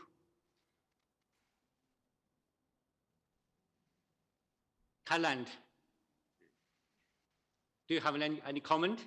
Thank you, Mr. Chairman. I suggest that perhaps we proceed on to the other paragraphs, and in the meantime, we try to work some kind of compromise wording on this one. Would that be agreeable with the Chair? Okay, Bosnia-Herzegovina, you have the floor.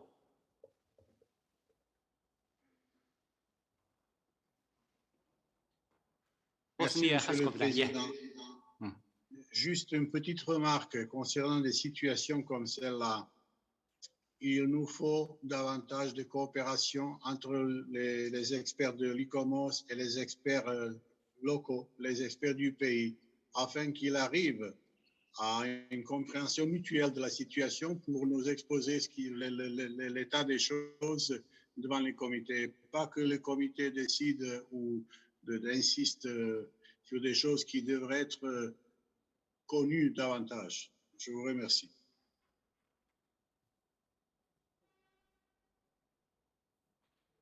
Thank you. Any other comment? Ecomos, please. Chair, I'd simply highlight that is exactly the offer that ICOMOS is making. And in terms of any factual differences, I can only draw the attention of the committee to the documentation that has been provided. Thank you, Chair. I think maybe we can do according to the proposal of our colleague from Thailand. We just leave paragraph 3 aside, then we come back to it. If no objection, we proceed this way. Okay, colleagues, for paragraph 2, any objection? Norway, please. Thank you, Mr. Chair, for giving Norway the floor once again. We would like to actually keep the original wording in this paragraph, especially when we've heard what the advisory bodies have had to say about the situation with the tourist development. Thank you. You mean paragraph 2, right? Sorry, the original. You mean the original wording in paragraph 2? Yes, with the tourism, the tourist facilities and the problems with that one. It's the original 2, yeah, sorry. Okay. Any objection? Yeah, Mr. Rapporteur, you have the floor. Mr. Chair, just to clarify, paragraph 2 that is shown, new paragraph 2 on the screen is proposed by Thailand and Kyrgyzstan. Perhaps we can just read it out loud and gather the consent. New paragraph 2 reads, recognizing the measures taken by the state party in preserving the outstanding universal value, OUV, of Borobudur temple compounds as a World Heritage property. Ethiopia, please. Thank you very much, Chair. We believe in maintaining the amendments of Thailand and Kyrgyzstan. For us, this is again, we repeat it, it's a very critical matter. It goes at the heart of what we want to see changed. And we don't believe that opposing development projects for tourism with heritage preservation is the right approach. That should change. Therefore, we don't have any concern with development projects. Only concern we have is that these development projects are in line with heritage. We strongly are in favor of maintaining the initial amendments of Thailand. Thank you, Chair. Thank you. Norway, any objection?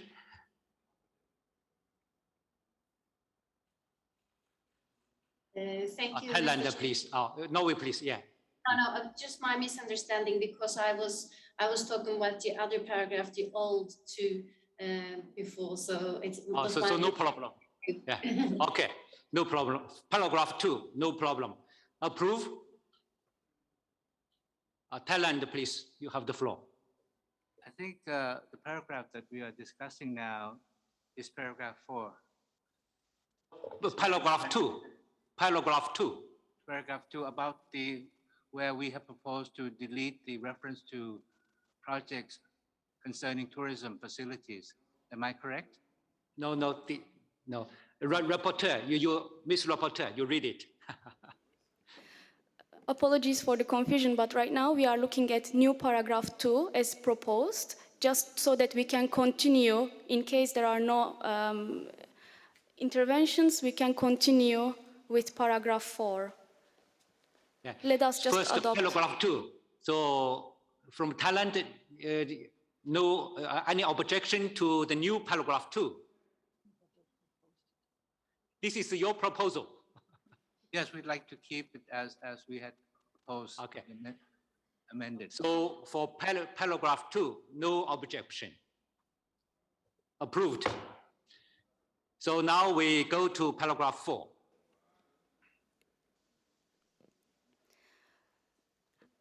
New paragraph 4, as amended, reads, welcomes the efforts made by the state party to develop a heritage impact assessment, in brackets HIA, for the proposed development projects and the management plan, in brackets MP, for the property. Approve? Okay, approved. Go ahead. Paragraph 5. Mr. Chair, Norway had an intervention in here to keep the first part of the paragraph. I do not know. Norway has withdrawn the proposal.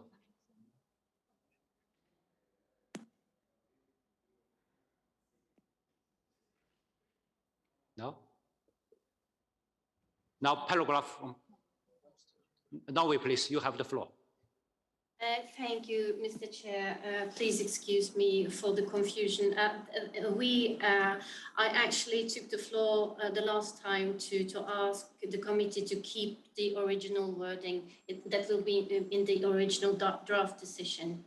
So I would like for us to keep notes with concern that development projects for tourism facilities are planned and that some works are reportedly in progress within and around the property. Thank you.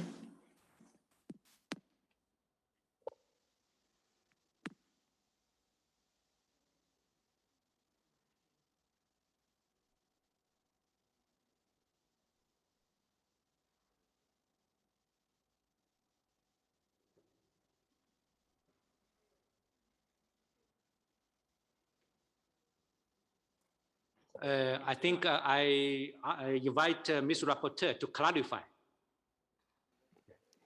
Of course, Mr. Chair. So for new paragraph 4, we have 2 versions. As proposed by Thailand and Kyrgyzstan, the first part of the paragraph is to be deleted, and it reads, welcomes the efforts made by the state party to develop a heritage impact assessment, HIA, for the proposed development projects and the management plan for the property.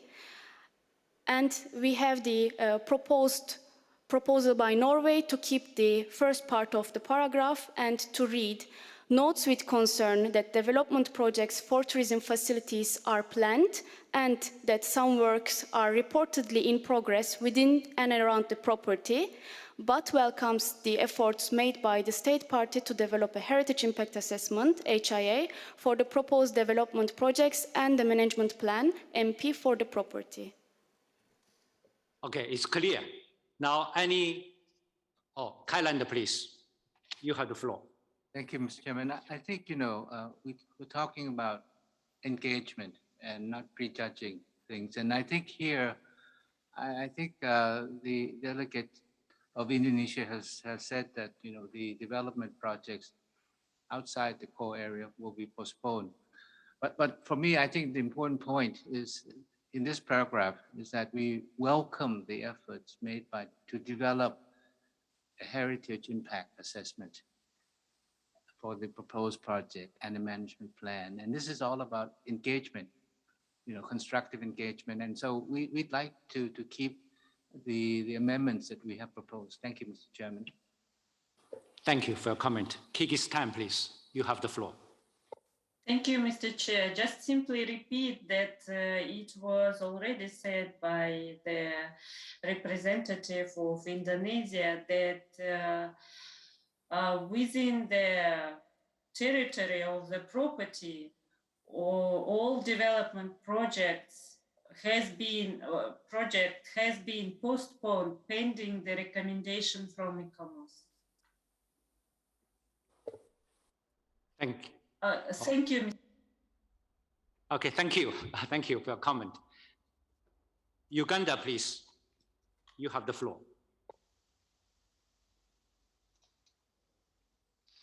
Thank you very much, Mr. Chairman. Mr. Chairman, my delegation observes that paragraph 3 is related to paragraph 3. So since we stood over para 3, the committee may find it necessary to stand over paragraph 4 as well. I beg to submit.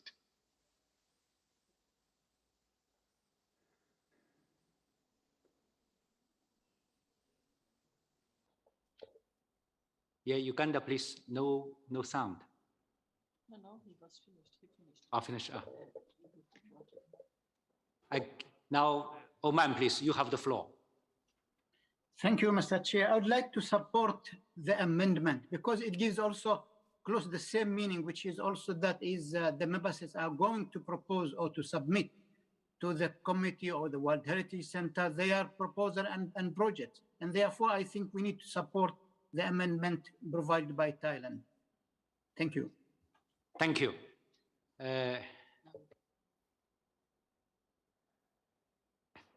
Norway, please, do you agree to this? Thank you, Mr. Chair, for giving Norway the floor. Could you please clarify to what we should agree? The question, could you please repeat, please? What are you asking us? Mr. Rapporteur, please.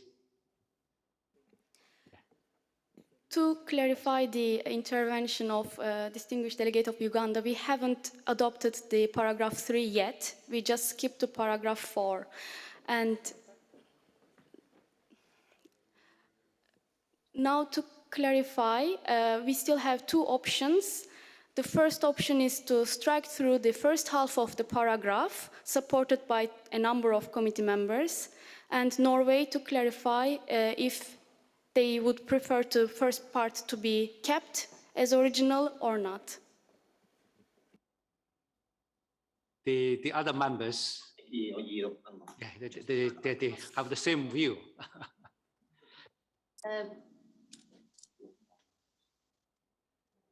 Are you asking? Do Norway have the floor?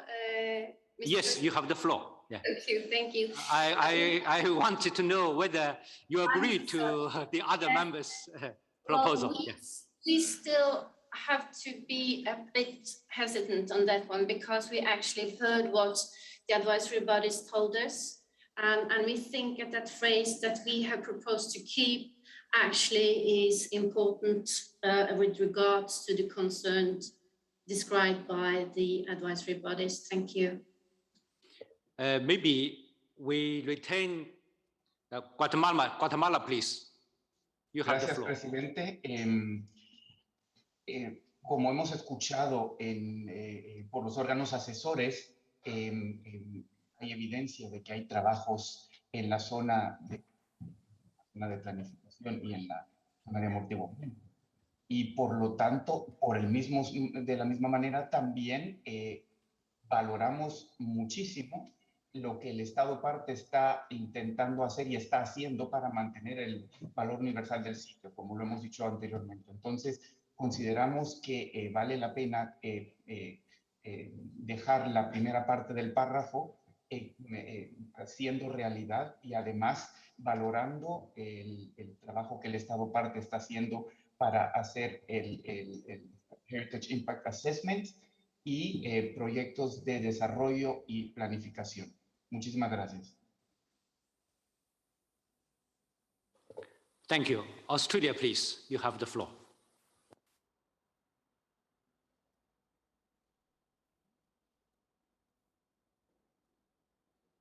Australia, please. You have the floor. Thank you, Chair. We would like, with Norway and Guatemala, to keep the original, but we wonder whether there's a compromise to be struck here if the other committee members are agreeable.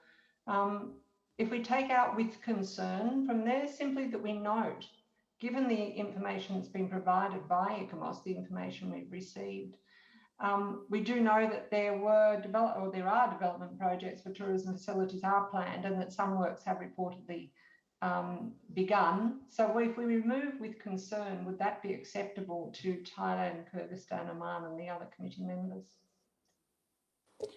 Ethiopia, please. You have the floor. Chair, again, here we come to a factual difference than the facts. the ECOMOS expert has told us one thing, and the member state or the state party has told us another thing. So maybe if I could reiterate again the question to the state party, are there any development projects for tourism facilities planned? And are there some works reported in progress within the property? That, because we didn't get an answer to that. If it is there, then it's a fact, then there's no problem. But there seems to be a difference in appreciating the fact. So if we can ask this question to the state party again, with your indulgence. Thank you. Yes, the state party, you have a brief answer. Thank you, Mr. Chair. As I stated earlier, that there is no new development project within the core or buffer zone. And then all of the development project in buffer zone or outside buffer zone is already postponed, waiting for the ICOMOS recommendation of the HIA. Thank you, Mr. Chair. Thank you. Dear committee members, now we have divergent views on paragraph 4 and paragraph 3. So shall we continue and come back or form a drafting group for dialogue?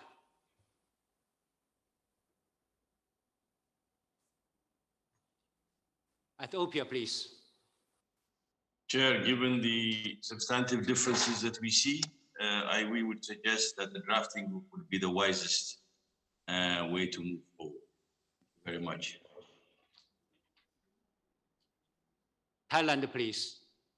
Thank you, Mr. Chairman. We support the proposal by Ethiopia to set up a drafting group. Thank you. Okay. China, please. You have the floor. Thank you, Mr. Chair. China also supports your effort to organize a drafting group. Thank you. Norway, please. Thank you, Mr. Chair. Of course, it's a good solution to have a drafting group, and we would like to add that it's important that we have the advisory bodies and the World Heritage Center represented in the drafting group as well. Thank you. Okay.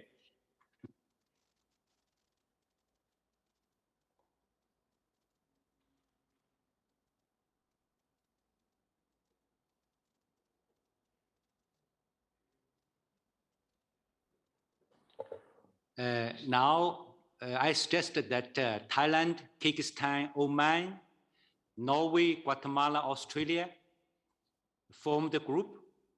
The other member, of course, ECOMOS, the World Heritage Center can join.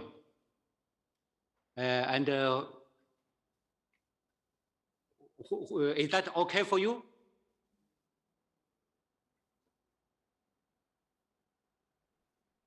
Okay. No objection. Okay.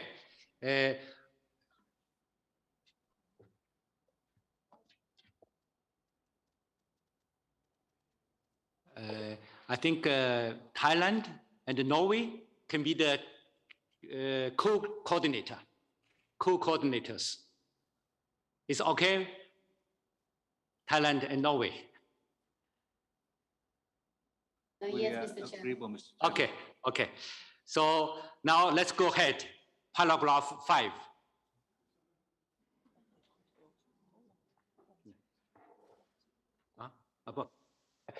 Okay, maybe for the other paragraphs, your two groups, you can come back with a consensual text. Is it okay? Thailand. Oman, please, you have the floor. Thank you, Mr. Chair. I would like to suggest that this group, they have to revisit all the paragraph for the amended decision, except the one already approved. So I think it's very important, instead of picking some of the paragraphs, we'll go through the whole decision, except what is already approved. Thank you. Okay. Any objections? No? Okay, let's do this way. So then you will inform the Secretariat and the committee about your progress and the time you bring the consensus text back. So let's move to the next slide.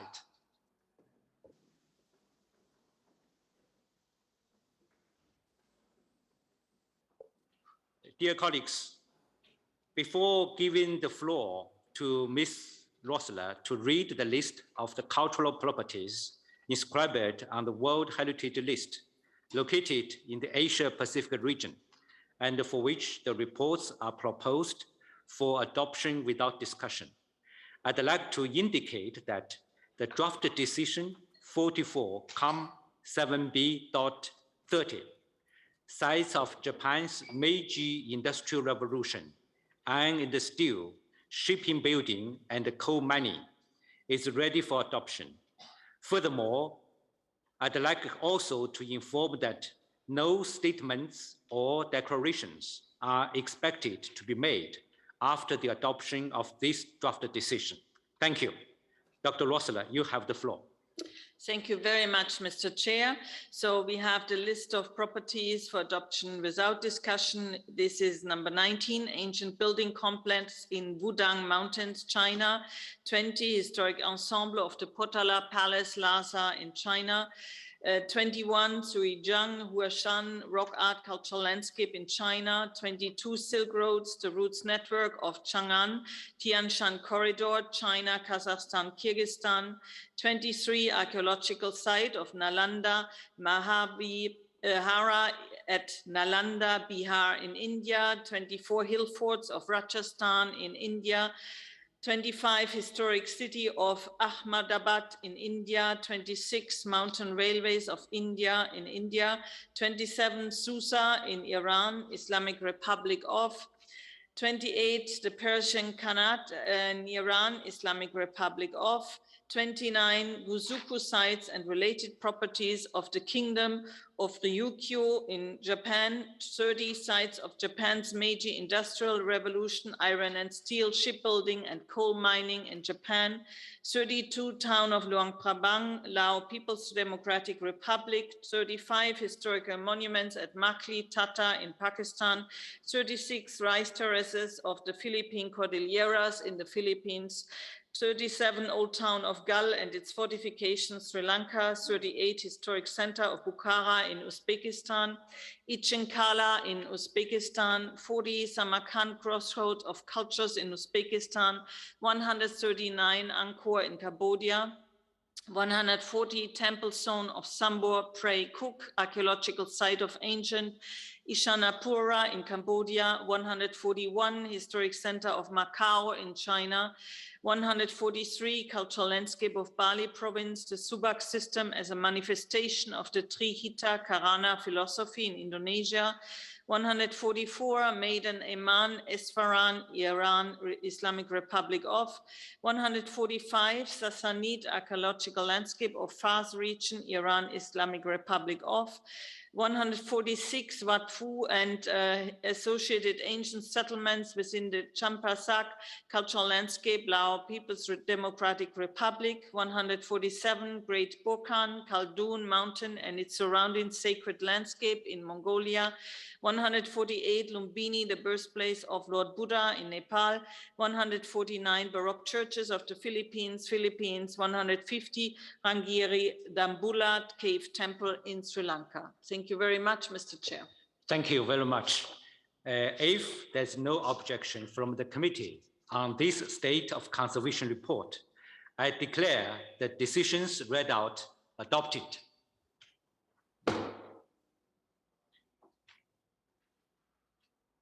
I would like now to ask whether any observer delegation would like to express themselves about one of the properties for which we have adopted the decision without discussion.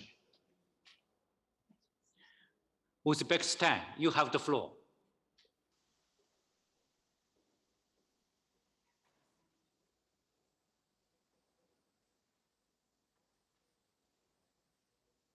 I can't hear your voice.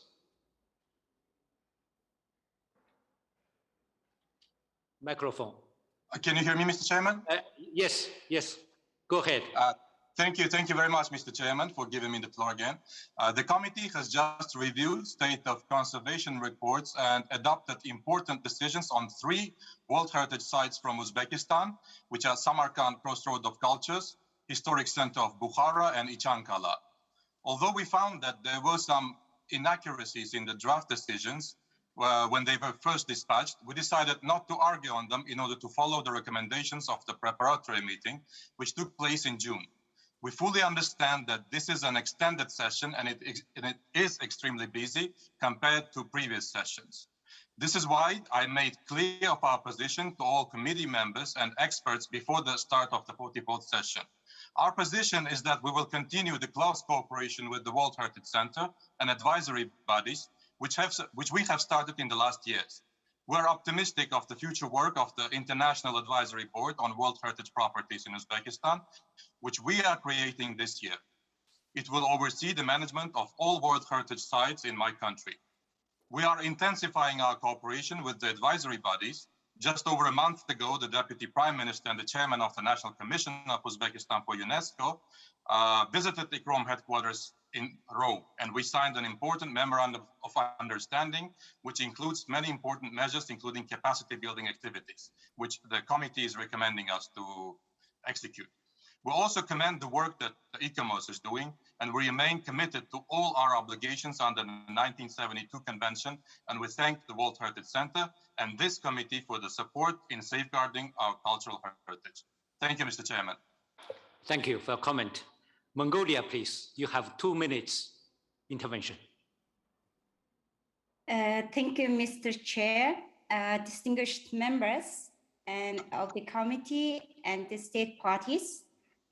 On behalf of the government of Mongolia, it's our utmost honor to address the floor for the first time in this session. I would like to take this opportunity to congratulate Honorable Mr. Chairperson for the excellent leadership and express our sincere appreciation to the World Heritage Center and the People's Republic of China for organizing 44th extended session of the World Heritage Committee. Mongolia welcomes the decision 44.7b.147 of the Committee on the Great Burhan Khaldun and its supporting sacred landscape, and highly grateful for the World Heritage Center and the advisory bodies for providing recommendations for better preservation of the property. The government of Mongolia will utilize its all resources and capabilities in collaboration with various stakeholders to enhance and implement the management plan for the property. Since the Administration Office of the Great Burhan Khaldun and its surrounding sacred landscape has been established, the Administration Office has been operating in full capacity to fulfill necessary duties and obligations to preserve the property in line with the advisory body's recommendations.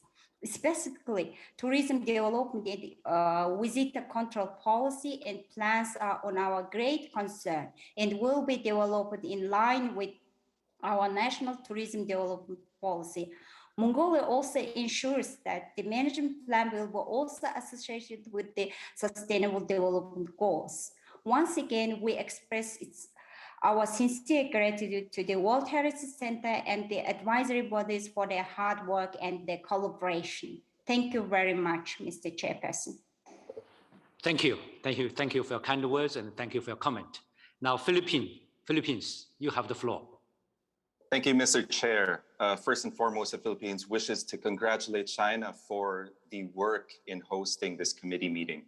In view of the committee's decision 44.7b.149, the Philippines informs that it had submitted an update on the status of the construction of the bridge connecting Binondo to Intramuros. In this update, we informed the center that the bridge is expected to be completed in 2022. In its December 2020 submission, the Philippines stated the difficulty in changing the bridge design, given that a big part of it is prefabricated.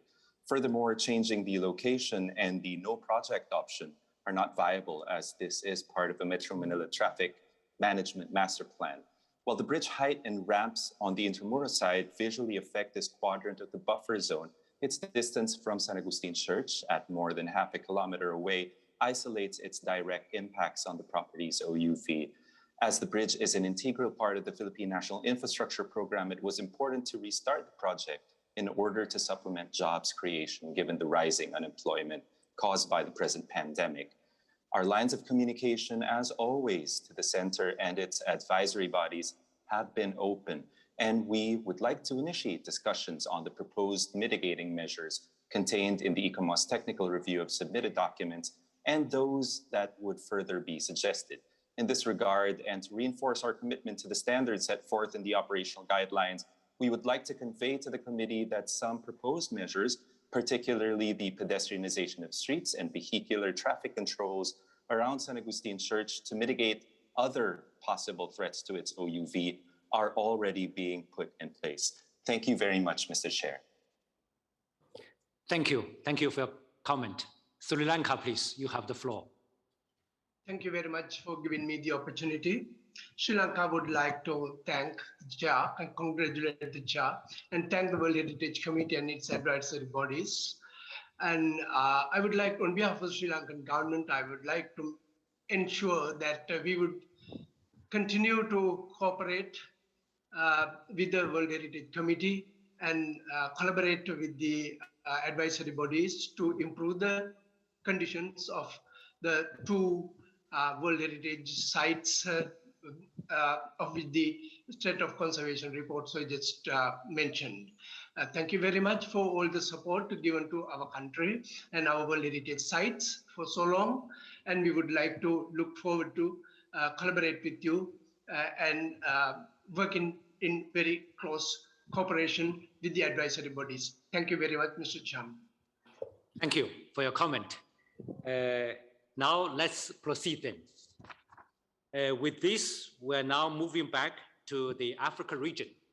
Dear colleagues, I suggest we have 10 minutes technical break.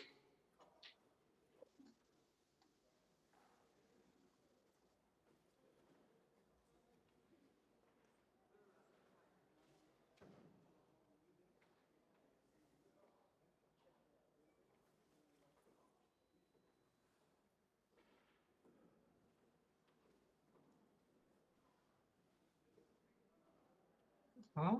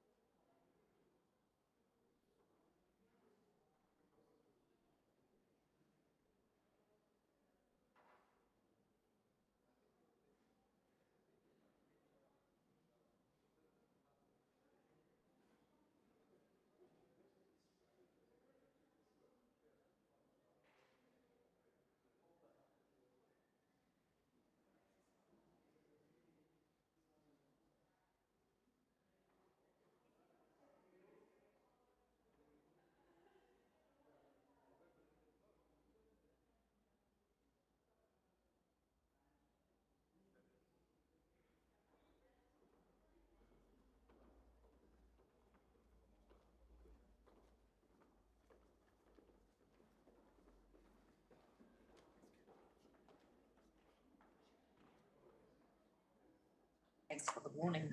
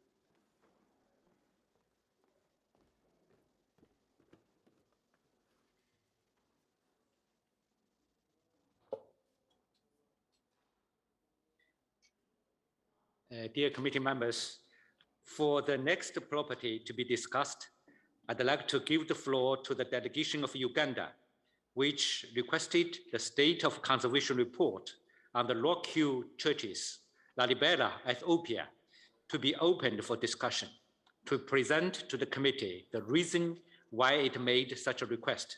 Excellency, you have the floor.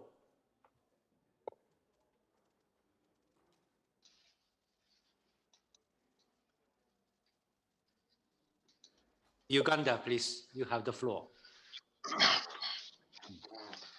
Thank you, Chair. It is to be recalled that the World Heritage Committee, at its 43rd session, requested the State Party submit to the World Heritage Center by 1st December 2020 an updated report on the state of conservation of the property and its recommendation for examination by the World Heritage Committee at its 45th session in 2021. If it had not been for the COVID-19 pandemic, which made it impossible to hold the 44th session in 2020, the current session would be the 45th session where the said report would have been discussed. Nevertheless, the State Party of the Federal Republic of Ethiopia continued working on the request by the committee. In this regard, Ethiopia submitted regular reports on the project, including a comprehensive report, and held discussions with UNESCO and its advisory bodies. The French government, as a bilateral project partner, has also pledged to participate in the next phase of the project through its development agency, AFD, subject to receiving the approval of the updated State of Conservation report. Considering the urgent character of this project, and since the feasibility study was completed in May 2021, a validation of the results of that study and of a concept design is necessary. The State Party would then be able to embark on preparation of a preliminary design and project document comprising of an ESIA, HIA, GAP, geochemical and hydrological studies, and other studies that the advisory bodies would recommend. The validation in principle would indeed allow the State Party to graduate the feasibility study into a project and submit the terms of reference and details of the said project as requested by the committee at the 43rd session in 2019. Uganda is therefore seeking support of this esteemed committee to adopt the amendments in the draft decision that will enable the State Party to embark on the process described above. Chair, I request you to allow the State Party of Ethiopia to take the floor at an appropriate stage to provide more clarification. I thank you. Thank you. I'd like to invite Mr. Mohammed and Ikomos to respond to this comment. You have the floor. Thank you, Mr. Chair. Mr. Chair, the Secretariat confirmed that the State Party submitted additional information on 25th May, 25th June, and 6th July of this year regarding rock pathology and feasibility study of different options on how to use shelters to conserve the church from severe rainy season. After the State Party conservation process and the report was already finished. Consequently, we could not integrate the last information provided by the State Party into the already finalized SOX report.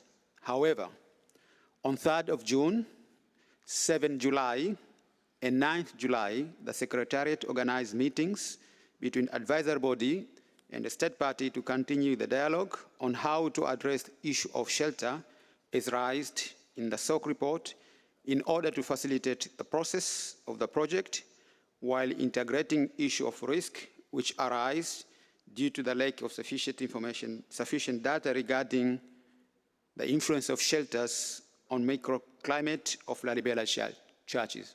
Thanks, Chair. Thank you.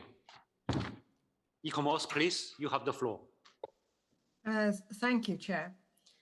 First of all, on behalf of ICOMOS and ICROM, I would like to say that we value the dialogue that has taken place recently with the State Party and the World Heritage Centre to discuss ways forward for the conservation of the churches.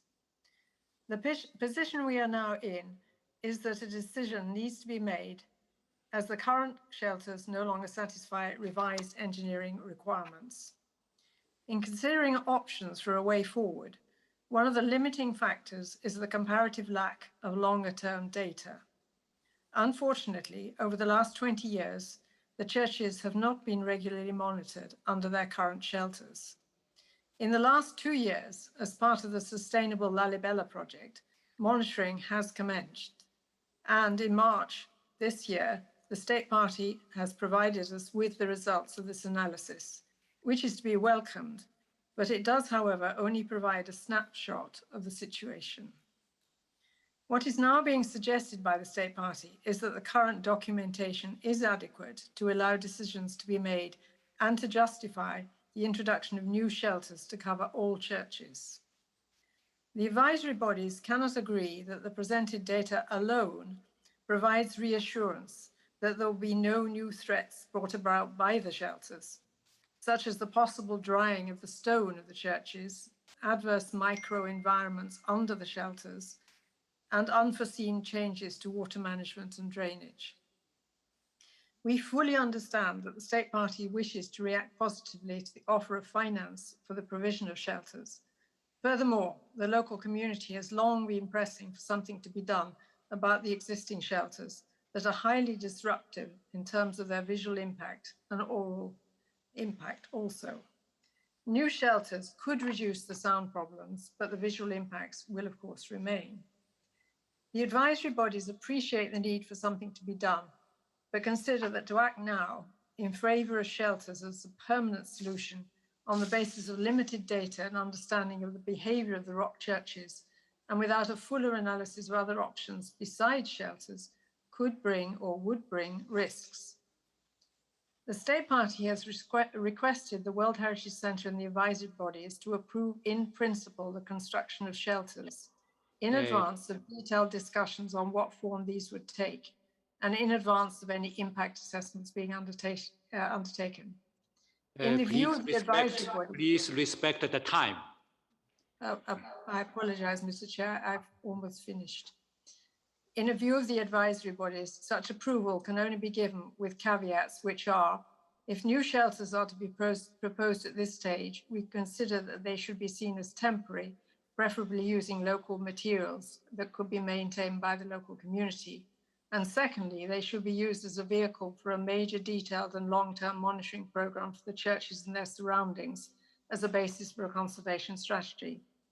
Finally, I would just like to reiterate the value of recent dialogue, but to add that unfortunately, we are not quite there in terms of an agreed way forward. A bit more time would have been beneficial. We would certainly welcome a degree of flexibility in the committee's decision to allow dialogue to continue. Thank you, Chair. Okay, thank you. I noted the request of Uganda to give the floor to the State Party concerned for response. Now I'd like to invite the State Party as Ethiopia to give a brief clarification. Thank you very much, Chair. I would like to thank Uganda for introducing the amendments on our behalf, and I would also like to thank ICOMOS for the time it has devoted in our exchanges and the very constructive dialogue we've been having on the feasibility study done on the rock-hewn churches of Lalibela. We also had regular meetings. Chair, what we have done over the last 2 years in a joint Ethiopian-French project is unprecedented in the history of this site. We have conducted a comprehensive 2-year study. For the first time, rock samples were taken from the churches and analyzed in the finest laboratories that exist, research laboratories. Captors was installed inside the churches and everywhere in the site to measure and monitor all types of deformation like crack opening, vibration, etc. The results of these studies demonstrated the following: that the outer layer of the churches were fragile, superficial restoration carried out in 2016 with finishing mortars are already ruined and cannot be duplicated in other churches. Numerous conservation and restoration initiatives were undertaken in the past decades, and most of them were counterproductive. The state of conservation of the churches are stable when protected by a shelter, but subject to progressive and rapid deterioration. In brief, there is a need to protect the churches and their courtyards, given the scoriaceous parasitic nature of the rock as demonstrated. We should support the local community by proposing long-term measures for conservation with studies undertaken to show this.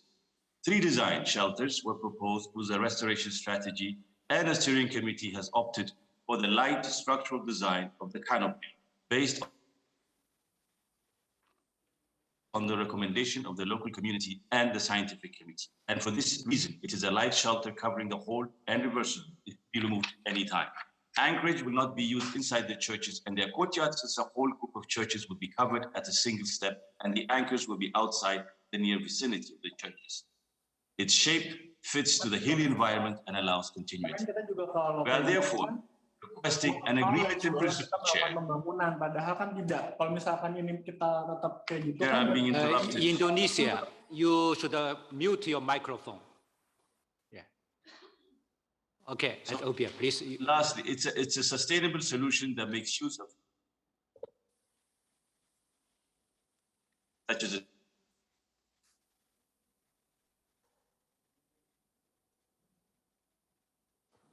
What's happening? Some problem?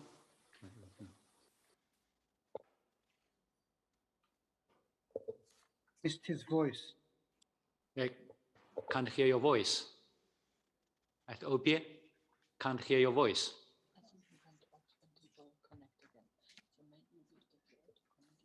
Yeah. Okay, I will come back to you. Now, I'd like to know whether there are any comments.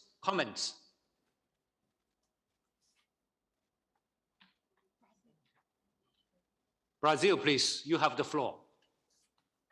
Thank you, Mr. Chairman.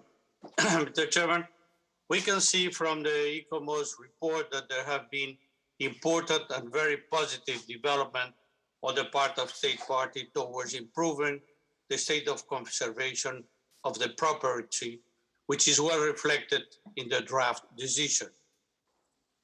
There remains, however, the issue of long-term conservation, which has to do with the construction of sheltering structure to protect the churches from climate conditions. We have received information from the state party indicating that this solution has been recommended by a scientific committee and accepted by the local community. Considering the improvement that have already been accomplished under the Sustainable Lalibela project, recognized by ICOMOS report, we believe we should give the state party a vote of confidence by endorsing the proposed solution. With their support, Uganda's amendment to the draft decision. Thank you, Mr. Chairman. Thank you for your comment. Bahrain, please, you have the floor. Thank you, Chair. We would like to commend the efforts undertaken by the state party in enhancing protection measures aiming at conserving this exceptional World Heritage Site. Of particular recognition is the involvement of local communities in developing innovative solutions to conservation challenges. In line with that, we express our support to the amendment proposed by Uganda. Thank you. Thank you for your comment. South Africa, please, you have the floor. Thank you, Mr. Chairperson, for giving me the floor to present our remarks under this item in support of the proposed amendment tabled by Uganda for a draft decision 44.7b.118 on the rock hewn churches Lalibela. Lalibela is in the heart of Ethiopia, located 600 kilometers away from its capital, Addis Ababa. This complex of 11 churches was built 800 years ago out of a volcanic solid rock. This unique site was inscribed on the World Heritage List in 1978.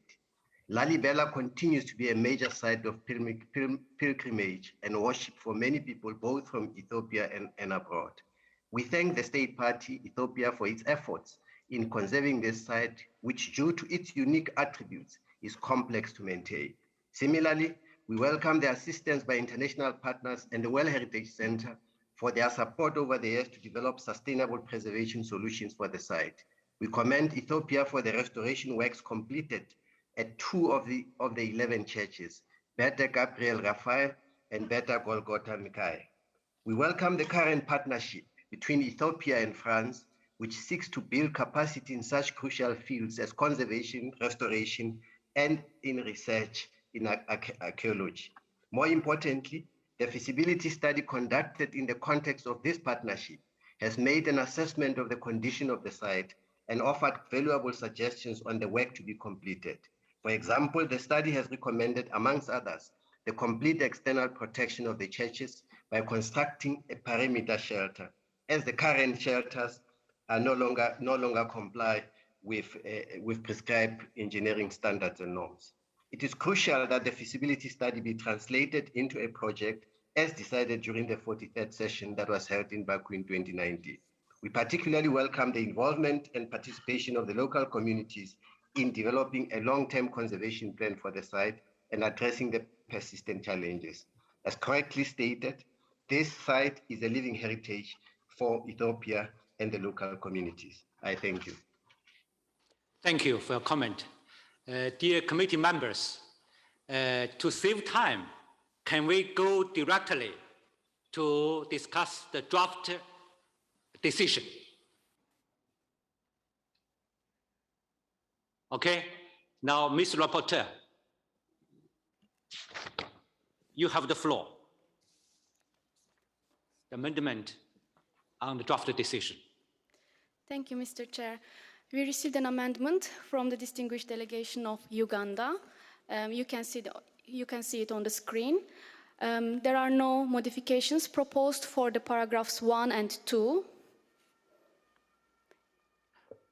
Okay, dear committee members, we approve the text paragraph by paragraph. So for paragraph 1 and paragraph 2, approve?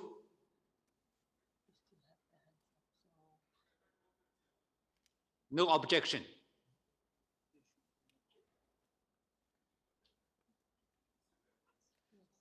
Oh, yeah.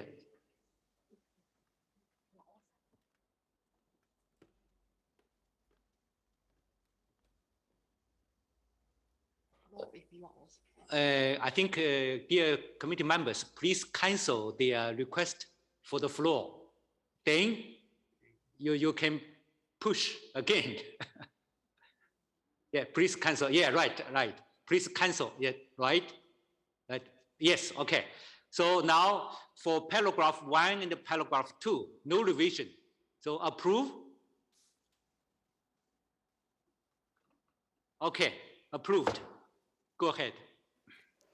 For paragraph 3, Mr. Chair, we have a minor modification proposed by crossing over successfully. Approve? No objection. Approved. Go ahead. We have no modifications proposed for paragraph 4. So approve? Okay, approved. Go ahead. For paragraph 5, we have a part inserted in the text, which reads, also welcomes the development of a dismantling methodology for the existing shelters, notes that the existing shelters have successfully protected the churches from further damages, but do not meet the new engineering norms and need considerable strengthening of counterweights, and the rest of the paragraph continues as originally proposed, Mr. Chair. Any objection? Approved. Go ahead. Paragraph 6 reads, also notes that the rock pathology research undertaken in the framework of the feasibility study of the bilateral Ethiopian-French project is recommending, on the basis of scoriaceous basaltic composition of the rock,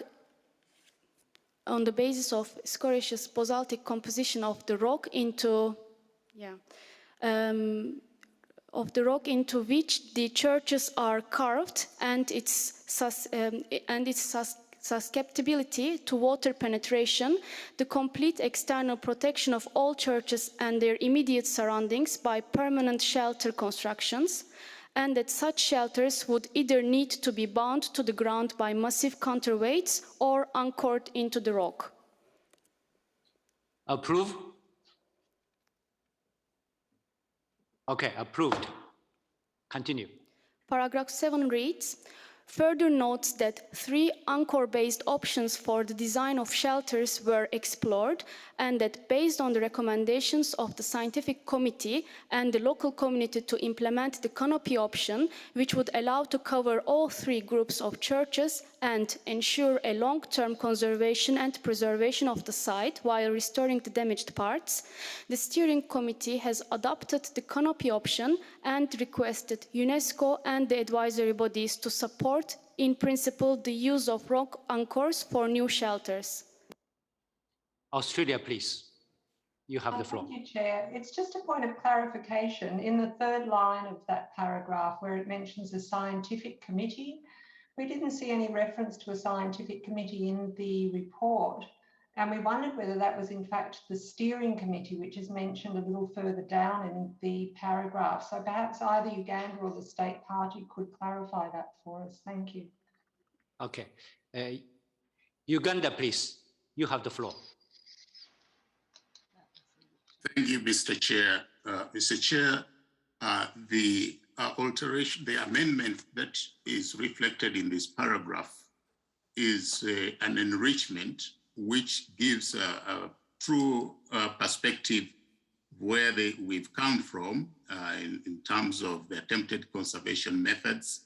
And it is important for now and posterity for any reader to understand the efforts that have been made towards conserving this heritage. And as such, it's my hope that this committee will take this into consideration and approve the amendment in this paragraph. I submit, Chair. Thank you.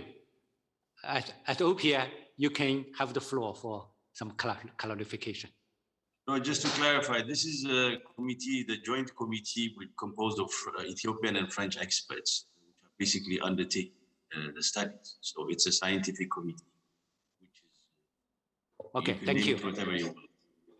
Yeah. Thank you. ECOMOS, please. You have the floor. Thank you, Chair. This paragraph mentions that the state party has requested UNESCO and the advisory bodies to support in principle the use of rock art for new shelters. In the original decision, there were sort of caveats introduced to reflect some of the points that I made earlier.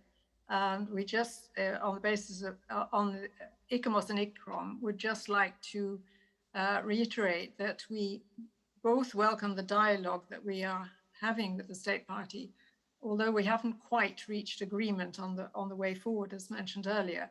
And we would like to see some acknowledgement that the shelters, as proposed, do bring risks that can't at this stage readily be articulated, and there needs to be some understanding of those risks before we can, in principle, support the way forward. So we would just like to understand whether there's any possibility of introducing a little flexibility into the decision to reflect this matter. Thank you. Thank you. Australia, I want to know whether Uganda and Ethiopia, honorable representatives, have answered your question. You're satisfied? Yes, we understand now that it's a separate committee to the steering committee. Thank you. Okay. So for paragraph 7, approve? Okay, approved. Go ahead. Paragraph 8 is actually a new paragraph proposed. Further welcomes the results of the feasibility study, including the involvement of the local community in the various studies and selection of a solution that puts them at the center. Any objection?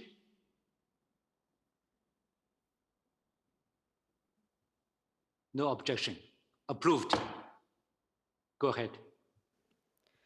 Paragraph 9 reads, requests the state party in order to allow final validation of the solution to provide A, the final preliminary design of the canopy option and the detailed restoration plan, B, the results of the environmental and social impact study, including the heritage impact assessments, and C, the reports of the additional studies recommended by the scientific committee, in brackets geotechnical, hydrological, and other studies deemed necessary. And we have an amendment proposed by Norway in here, added to the text already, which should all be submitted to the World Heritage Center for review by the advisory bodies before any decision to realize the solution is taken. The rest of the paragraph is proposed for deletion, Mr. Chair. Okay. Any objections? Norway, please. Thank you. Thank you, Chair. I'd just like to clarify that our proposal refers to all the letters A, B, and C. So all the studies, reports, and assessments should be submitted to the World Heritage Center for review by advisory bodies. Thank you. Thank you. Any objection to this paragraph? No. Ethiopia, please, you have the floor. We thank Norway for this very constructive proposal and we support. Okay, approved. Go ahead. We have no modifications proposed for the new paragraphs 10 and 11, Mr. Chair. So approved? Approve? Okay, approved. Go ahead. Paragraph 12 reads, takes note of the relevant data on the mitigation measures and modifications applied to the existing temporary shelters submitted by the state party, including the comprehensive study for the conservation of the Group 2 area that allows for removing the current shelter at Bete Lebanos. Any objection? No? Approved. Go ahead. We have no changes proposed for paragraph 14, Mr. Chair.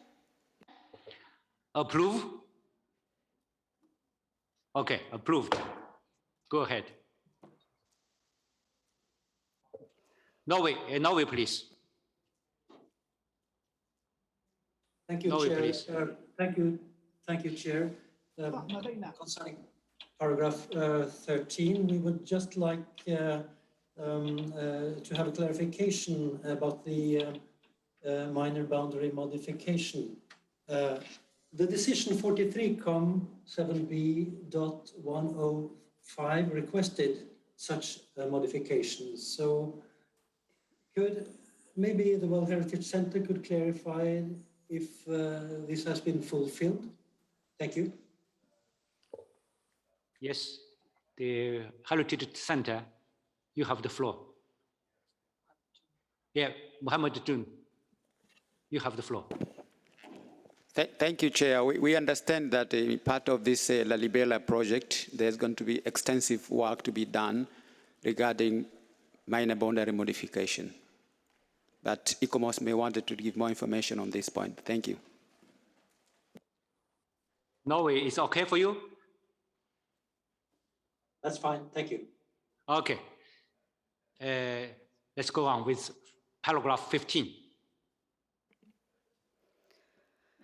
Paragraph 15 reads, finally requests the state party to submit to the World Heritage Center by 1 February 2022 an updated report on the state of conservation of the property and the implementation of the above for examination by the World Heritage Committee at its 45th session, full stop. Approve? Yeah, approved.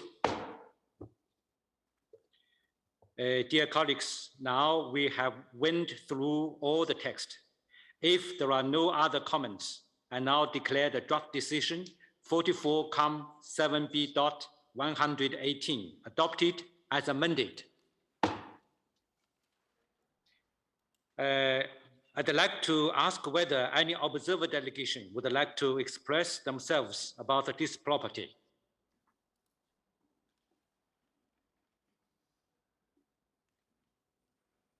I see none. Let's proceed then. Oh, sorry. Ethiopia, please. You have the floor. Thank you, Chair, for giving me the floor. I know we are rushed for time, but I wanted to sincerely thank the committee members, Uganda, for all the support, the ICOMOS and all the experts for their constructive engagement. And I want to particularly thank the French government and France, which is supporting us on this very, very important project. It is not just a heritage site for us. It is a place where a lot of people go to pray every day, many times a day. It's a living site. It is not a site for tourists. It's a site for the people and for the believers primarily. So it is a very, very important site. And I want to thank all those who contributed in making progress on this issue. If you allow me, maybe I can give the floor 1 minute remaining to to the head of our heritage agency, Dr. Mulugeta, if he's online. Thank you. Okay, please. Thank you. Since this is the first time to take this stage, I would like to thank the People's Republic of China for hosting and for superbly organizing the extended 44th session of the World Heritage Committee. My thanks goes to the chair of the UNESCO World Heritage Center, the chairperson of the World Heritage Committee, the UNESCO Secretariat, and the distinguished World Heritage Committee members for the commendable job you are doing. Excellencies, first and foremost, I would like to thank the World Heritage Committee for, in principle, supporting the use of anchors for the new shelter with canopy option, with long-term conservation and preservation, while restoring damages for the Lalibela World Heritage Site. The State Party of Ethiopia, I would like to thank the State Party of Uganda for successful co-sponsorship and very efficient delivery of the required information. The site of Lalibela of Xuejun Church are unique in that the heritage is carved into a scoriaceous basalt, which has the potential to be affected by rainwater and rock aging. The scoriaceous rocks are known in absorbing water, but they don't have expanding and cracking properties like clay. Hence, the Xuejun Church of Lalibela certainly require protection in the best possible way. The State Party of Ethiopia would like to confirm that we are most concerned in keeping the outstanding universal value of the Xuejun Church of Lalibela, and we are committed to make all the necessary follow-up, monitoring, and reporting in all steps of the restoration process and thereafter. Thank you, Mr. Chairman. Thank you for your comment. Now, Uganda, please, you have the floor.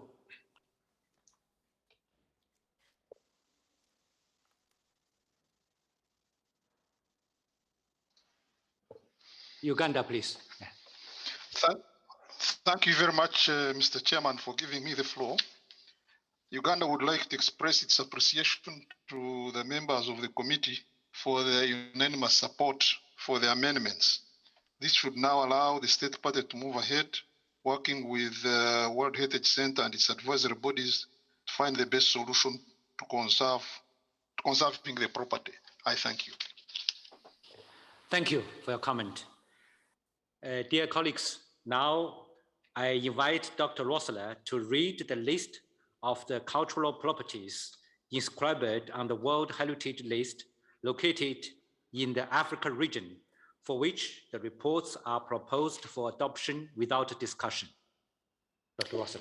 Thank you very much, Mr. Chair. Number 2, the historic town of Grand Bassam in Côte d'Ivoire. Number 3, Aksum in Ethiopia. Number 4, Lower Valley of the Omo in Ethiopia.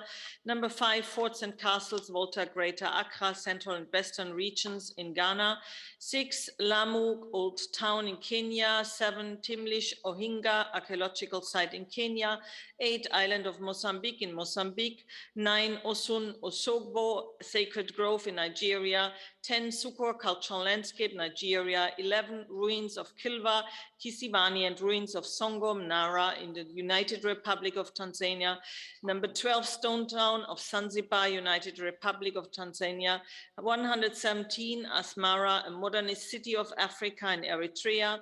119, Pravasi Ghat in Mauritius. 120, island of St. Louis in Senegal. 121, fossil hominid sites of South Africa and South Africa. And 122, Kutamaku, the land of the Batam Mariba in Togo. Thank you. Thank you very much. If there's no objection from the committee on this State of Conservation report, I declare the decisions read out adopted. I'd like to ask whether any observer delegation would like to express themselves about one of the properties for which we have adopted the decision without discussion. Earth Justice, you have the floor for 2 minutes intervention. Thank you very much, Mr. President. Earth Justice would like to share with the committee the views of our partners from Lamu Old Town of Kenya concerned by draft decision 6. Save Lamu represents Lamu's indigenous, fishing and other groups who form part of the traditional Swahili community. They regret they are unable to join today because of accreditation issues, though they requested registration well in advance. With Save Lamu, we welcome that the decision requests alternative solutions to the Lamu coal plant to meet the energy needs of the region, and that it calls for no further component of the Lapset mega project to be implemented before the revised SCA is completed. However, in May of this year, the state party completed and launched Lamu Port. Dredging, ship traffic, and turbidity in Manda Bay is now killing off fish and corals, the latter being a crucial element for Lamu's architecture. This endangers the OUV of the site and harms people's livelihood, culture, and sustainable development options.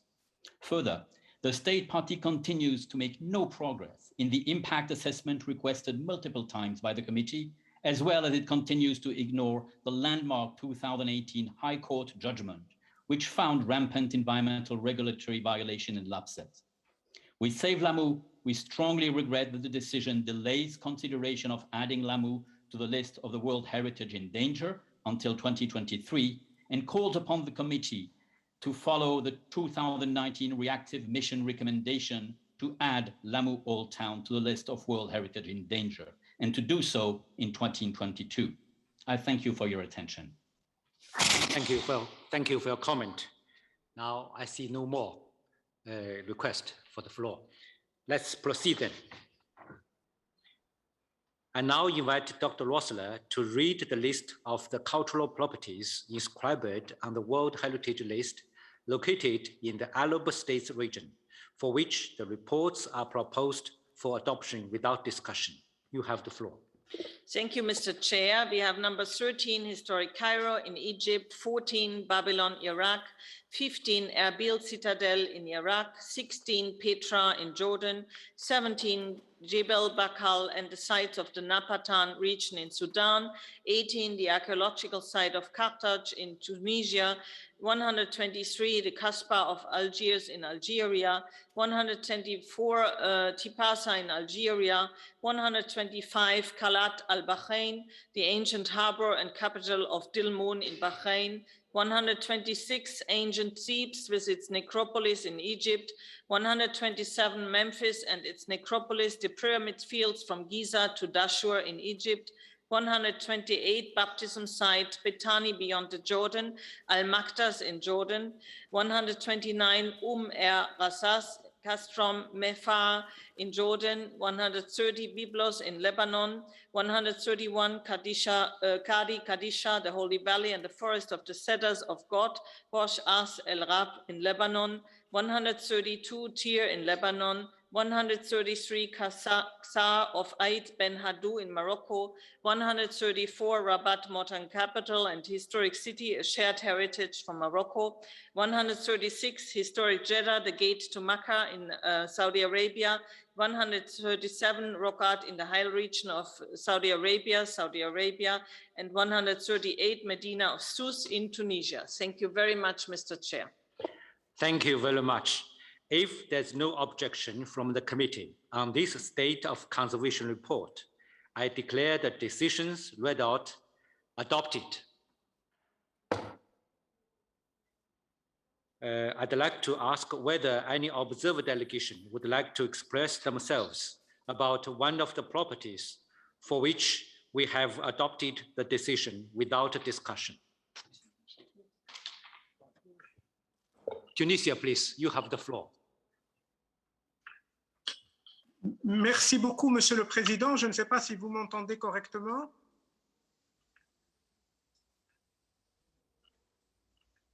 Yes, please. Merci beaucoup. Prenant la parole pour la première fois, permettez-moi de vous féliciter de la présidence bien sage et bien éclairée que vous menez à la tête des travaux de notre comité, ô combien important pour toutes les raisons que chacun de nous connaît parfaitement. Je voudrais féliciter les autorités de votre pays, Monsieur le Président, d'avoir si bien organisé les choses et ô combien on aurait bien aimé être avec vous sur place pour vivre ce moment important du cycle de vie de nos grandes conventions de la culture au sein de l'UNESCO. Et permettez-moi de me joindre à ceux qui, depuis hier, ont exprimé leurs condoléances par rapport aux victimes des inondations que votre pays a connues, toute notre solidarité. Alors, je voudrais remercier à ce moment-ci, Monsieur le Président, le travail que fait le Centre du patrimoine mondial, un travail d'accompagnement pour que ces sites inscrits soient protégés, soient portés à la connaissance de tous, accessibles et surtout préservés. Et mon pays fait cet après-midi, en tous les cas, au titre de notre ordre du jour, nous avons deux dossiers nationaux, celui de Carthage, l'un des premiers sites inscrits, et celui de la Médina de Sousse. Les deux sites sont proches de grandes villes avec une densité et une demande et une pression urbaine certaine qui posent quelques difficultés à leur gestion. Je voulais ici souligner notre satisfaction de la coopération que nous avons avec l'UNESCO et notamment avec le Centre du patrimoine mondial. L'idée qu'il ne peut y avoir de situation en bonne et due forme, en conformité avec l'esprit de cette convention, sans la coopération de toutes les parties, notamment l'État partie à la convention, les experts, mais aussi l'UNESCO à travers le Centre du patrimoine mondial. Je voulais, Monsieur le Président, renouveler l'engagement des autorités tunisiennes à faire de leur mieux pour que la conformité la plus totale avec les règles et les conditions de cette convention soit observée pour l'ensemble de nos sites inscrits. Merci beaucoup. Thank you. Thank you for your kind words, your sympathy and solidarity expressed to the flood-stricken people in China. And thank you for your comment. I see no more comments. Now let's proceed.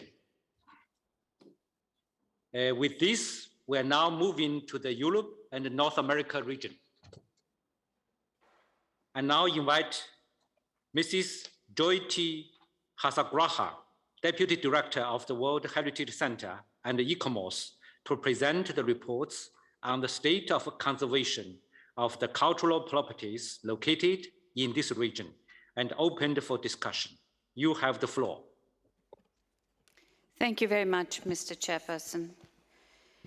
The outstanding universal value, the OUV, of the World Heritage Property, Budapest, including the banks of the Danube, the Buda Castle Quarter, and Andrassy Avenue, has been and continues to be impacted negatively by large-scale reconstruction projects in the Buda Castle Quarter, as well as a number of other major development projects that collectively and cumulatively diminish the authenticity and integrity of the property, and that have been undertaken without consultations with the World Heritage Committee.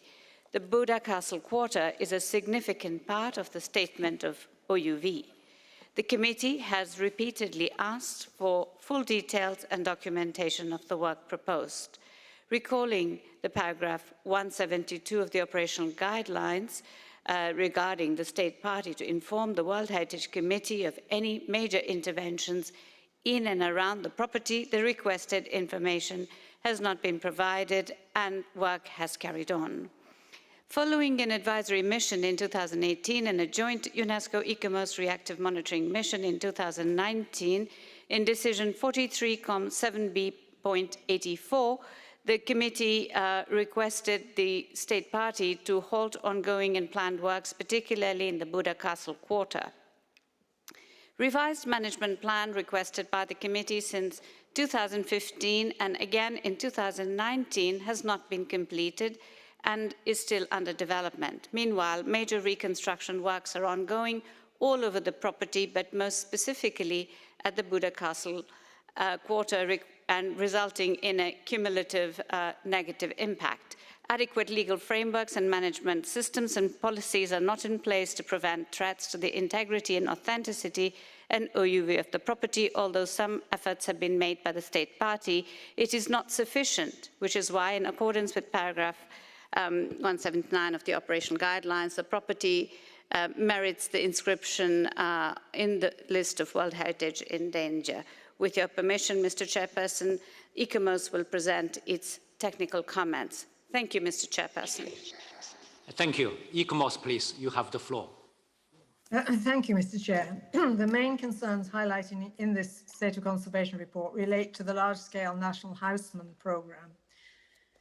Its aim is to rebuild the area of the castle to reflect its glory before World War II. The plan involves the removal of communist-era rebuilding and the reconstruction of large monumental buildings. So far, the Royal Riding Hall in the image, the former Stockwell Stairs, the Guards buildings have been completed. There are proposals to reconstruct the Finance Ministry, seen here with proposals, the former Foreign Affairs Ministry, the Castle Reception Hall, the Military High Command Building, and the Palace of the Archduke Joseph.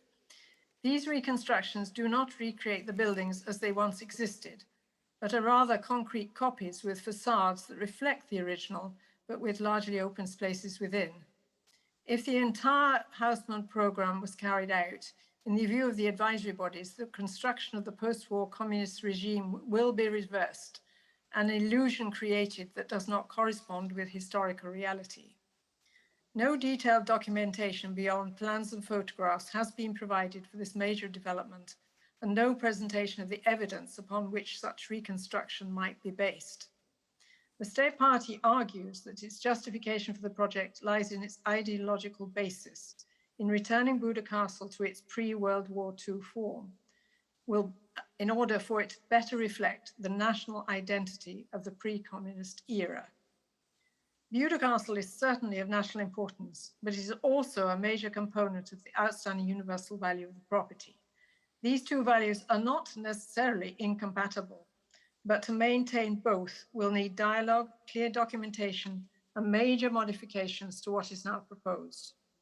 In decision 43.7b.84 in 2019, the committee acknowledged that the Houseman plan represented an imminent threat to the property due to the progressive loss of historical authenticity and requested it to be halted to allow dialogue on a revised approach. Work has not stopped, with the outcome that the threats to outstanding universal value have become severe. It is therefore recommended that the committee acknowledge that the property faces ascertained and potential threats and considers its inscription on the World Heritage List in danger. Thank you, Chair. Thank you for the presentation. I'd like to know whether there are any comments.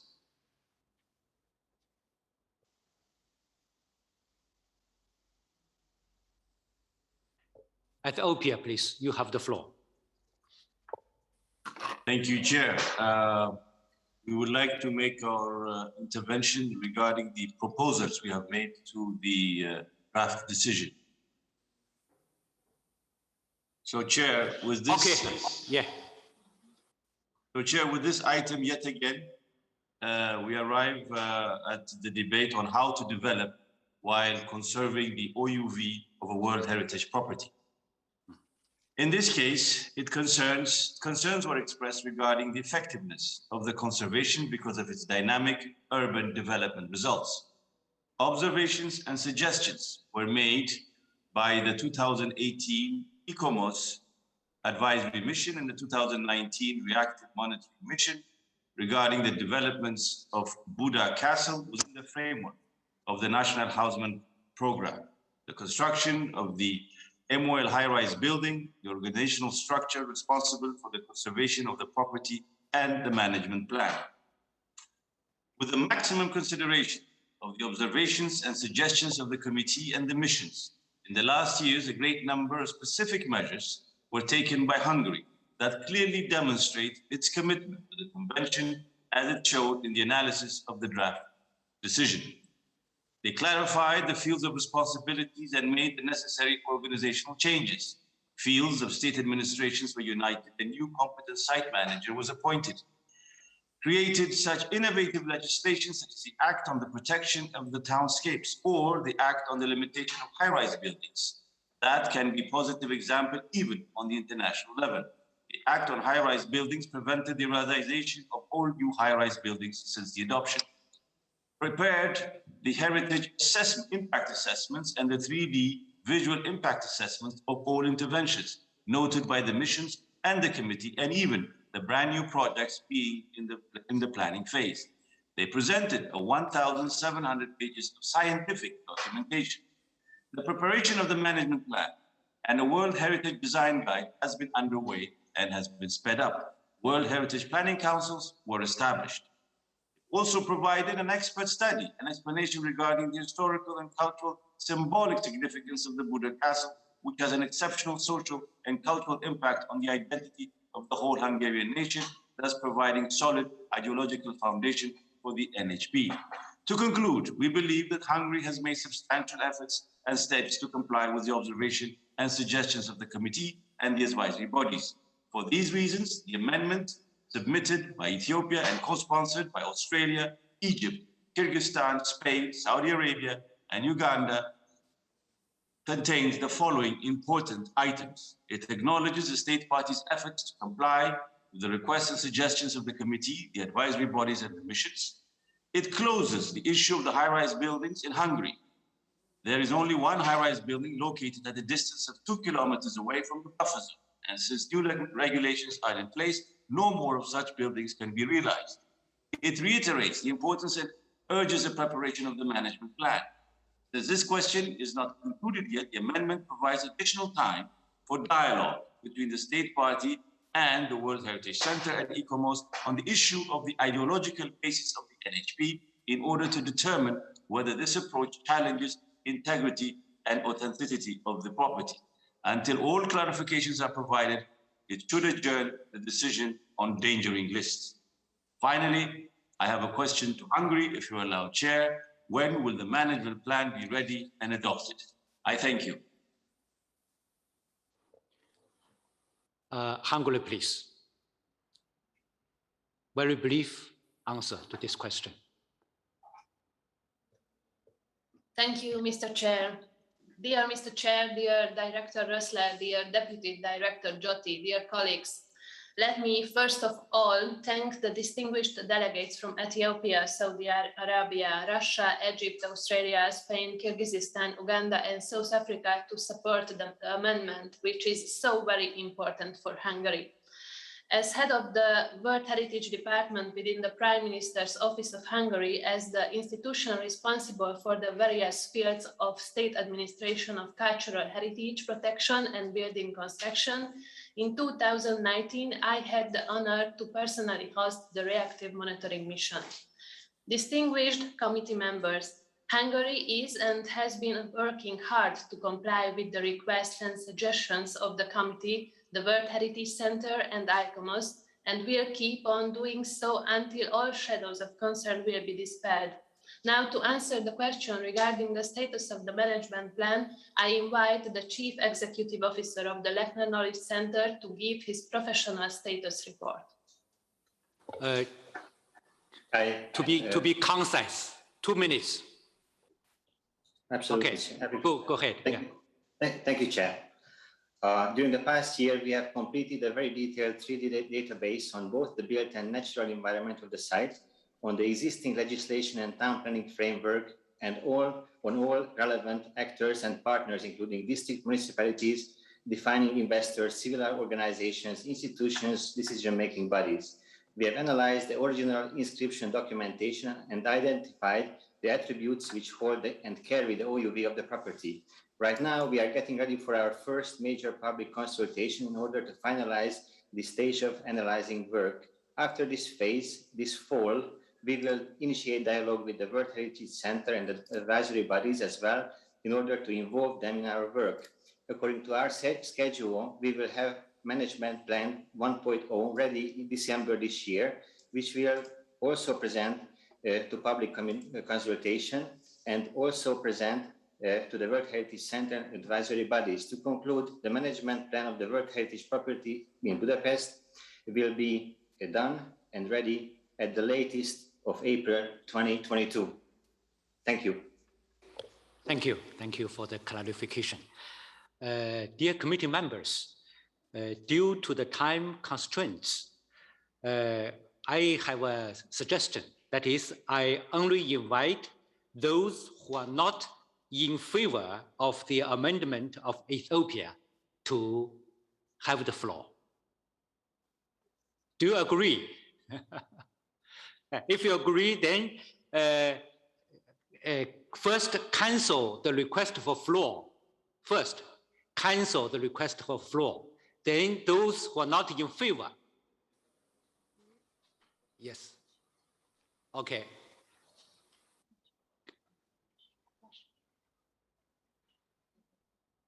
Oh, okay.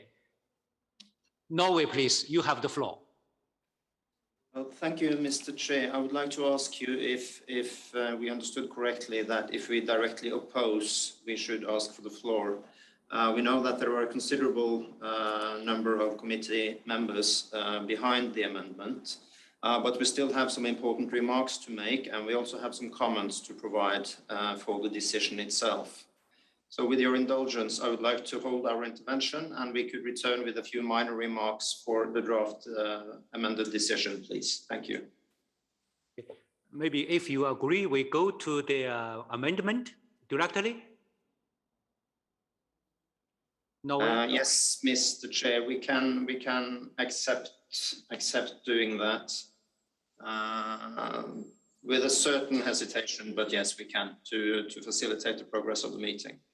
Okay, thank you. So, dear committee members, we go to discuss the amendment directly. Ms. Rapporteur, you have the floor.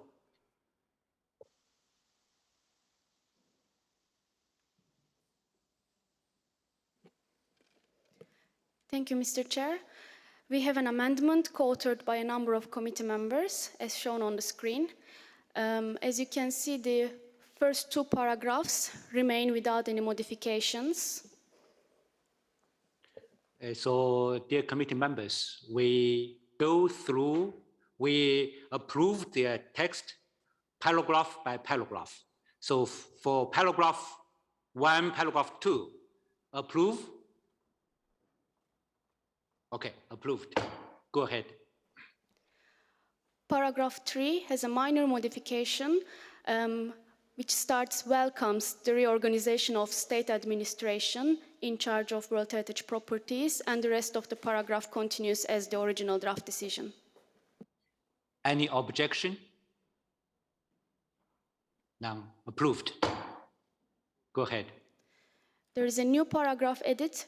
New paragraph 4 takes note of the state party's efforts to strengthen the planning framework through guidance documents and enhanced coordination of its relevant planning authorities. Any objection? Okay, approved. Go on. New paragraph 5 reads, also welcomes the consistent commitments and efforts made by the state party to address urban development issues through legal and regulatory measures, taking into consideration the approach of the 2011 UNESCO recommendation on the historic urban landscape, in brackets HUL, notably through the 2018 amendments to the High-Level House Act, limiting the height of all new constructions to 65 meters. Any objection? Approved. Go on. New paragraph 6, minor wording modification for the consistency, acknowledging that ex post facto law is prohibited in every constitutional state, notes that the amended High-Level House Act is not applicable for the one and only high-rise building construction permit issued before it became law, and so the works on the 120-meter high MOL campus building located at a distance of 2 kilometers from the buffer zone in District 11 are ongoing. Any objection? Approved. Go on. In new paragraph 7, we have a minor correction. Instead of further notes, also notes. The rest of the paragraph remains as in the original draft decision, Mr. Chair. Approve? Okay, approved. Go on. New paragraph 8 reads, further notes that the management plan could not be finalized as foreseen in 2020 due to the COVID-19 pandemic and recalls decision 39-7B.79, which requests the state party to finalize as soon as possible the management plan of the property, including details of the protective measures and regulatory regimes, and submit it to the World Heritage Center and the advisory bodies. Approve? Approved. Go on. New paragraph 9 notes with concern that as a result of the delay of the finalization of the management plan, construction works on a number of major new developments within the property and its buffer zone have continued or have already been completed despite the committee's request in 43-7B.84, reiterates its request to the state party to submit all relevant documents, including plans, drawings, and HIAs for all proposed projects within the property and the buffer zone to the World Heritage Center for review by the advisory bodies until the completion of the updated management plan for the property in line with the 2011 UNESCO recommendation on the historic urban landscape. Any objection? Approved. Go on. New paragraph 10 reads, also recalling decision 43-7B.84, notes moreover that the works relating to the National Hashman Program, in brackets NHP, for the Buddha Castle Quarter are ongoing, and that the state of conservation of the property might be negatively impacted by planned reconstruction and new construction, which may have a cumulative negative impact on the OUV of the property, including its authenticity and integrity, and also requests the state party to ensure that, in line with paragraph 172 of the operational guidelines, any planned larger-scale projects in the immediate and wider setting of the World Heritage property be submitted to the World Heritage Center as soon as possible, and that adequate time be allowed for thorough review of each project by the advisory bodies before any decision is taken. Any objections? Russia, please. You have the floor. Thank you, Chair. We have no objections against these amendments, as well as the rest of them in the text. But I have to make a short statement. We share the ICOMOS concerns about the reconstruction activities undertaken under the National Houseman Program. Indeed, the Venice Charter and the Riga Charter call for preservation of cultural property inseparable from the history to which it bears witness and from the setting in which it occurs. The Article 7 of the Venice Charter states that the moving of all or part of a monument cannot be allowed except where the safeguarding of that monument demands it, or where it is justified by national or international interests of paramount importance. Thank you, Chair. Thank you. Norway, please. Thank you, Mr. Chair, for giving us the floor. For being consistent with what was decided by the committee in Baku in 2019, Norway would like to propose that we could say that the state of conservation of the property has been negatively impacted by new construction and that planned reconstruction may have a further cumulative negative impact on the OUV. Thank you, Mr. Chair. Okay, thank you. Okay.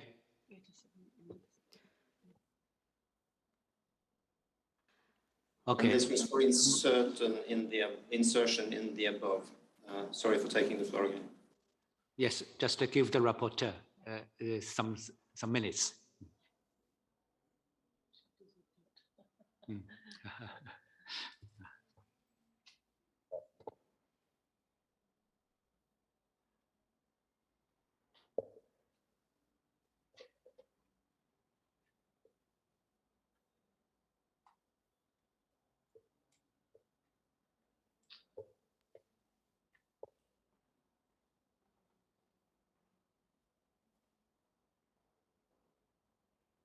And it has been negatively impacted by new construction. Yeah, planned reconstruction and new construction. Yes, thank you. Okay.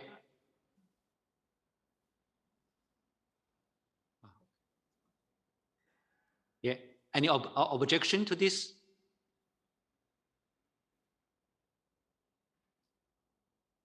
No, approved.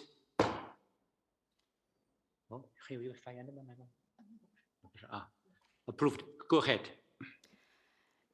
New paragraph 11 reads, acknowledging the efforts made by the state party to corroborate the ideological basis of the NHP, urges further discussion and close collaboration based on open dialogue between the state party, the advisory bodies, and the World Heritage Center regarding the interpretation of the justification for the NHP, namely the desire to return some elements of outstanding importance of national identity within the Buddha Castle to its pre-World War II form, while at the same time emphasizing that it is also a major part of the inscribed property contributing to its OUV in order to determine A, whether this approach challenges the authenticity and integrity of the property, B, how the NHP aligns to prevailing international norms and standards of conservation and reconstruction, and C, whether there are contradictions between national objectives and international obligations to the World Heritage Convention. Any objection or modification for this paragraph?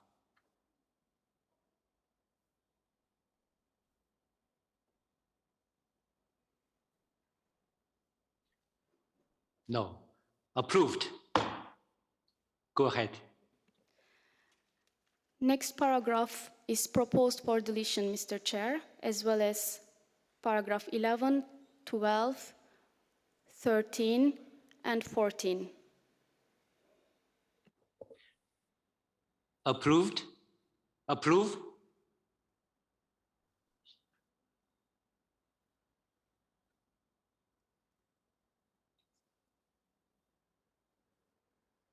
I see no objection. Approved. Go ahead. New paragraph 12 reads, takes note that the state party has begun to comply with the requests of the World Heritage Committee and recommendations of the 2018 and 2019 missions and differs consideration of the inscription of the property on the list of World Heritage in danger to its 45th session. Semicolon. Okay. Approve.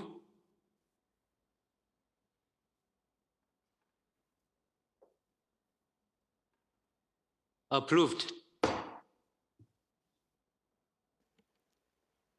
Go ahead.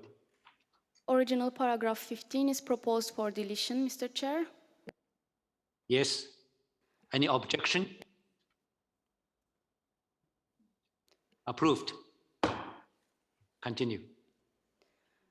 New paragraph 13 reiterates its request to the state party to consider halting all ongoing and planned works at Buda Castle and invites the state party to request, as a matter of urgency, and to initiate, in brackets, online ICOMOS advisory assistance to develop alternative conservation approaches for interventions in line with international norms for conservation of the OUV of World Heritage properties for development of the Buda Castle quarter. Approve? Norway, please. You have the floor. Thank you, Chair. Norway would propose to retain the original wording halt. Thank you, Chair. Any objection?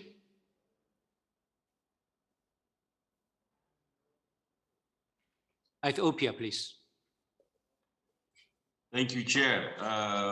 We believe that the amendment as suggested should be retained, meaning the word consider should be kept, because the state party is always on the right, and therefore it's on its consideration that anything and everything can be done in a given territory. So we believe that the word consider is appropriate.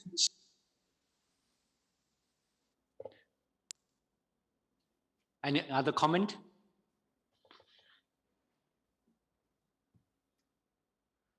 Norway, is it okay for you?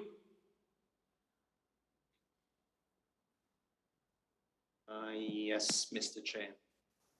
Thank you. Good. So this paragraph approved. Go ahead. Paragraph 14 also reiterates its request to the state party to ensure that, in line with paragraph 172 of the operational guidelines, details of interventions that could impact the OUV are submitted with appropriate HIAs in line with ICOMOS guidelines to the World Heritage Center for review by the advisory bodies. Any objection? No. Approved. Go ahead. Original paragraph 18 is proposed for deletion. Approve? Approved. Go ahead. And the final paragraph, new paragraph 16, finally requests the state party to submit to the World Heritage Center by 1 February 2022 an updated report on the state of conservation of the property and the implementation of the above for examination by the World Heritage Committee at its 45th session, full stop. Approve?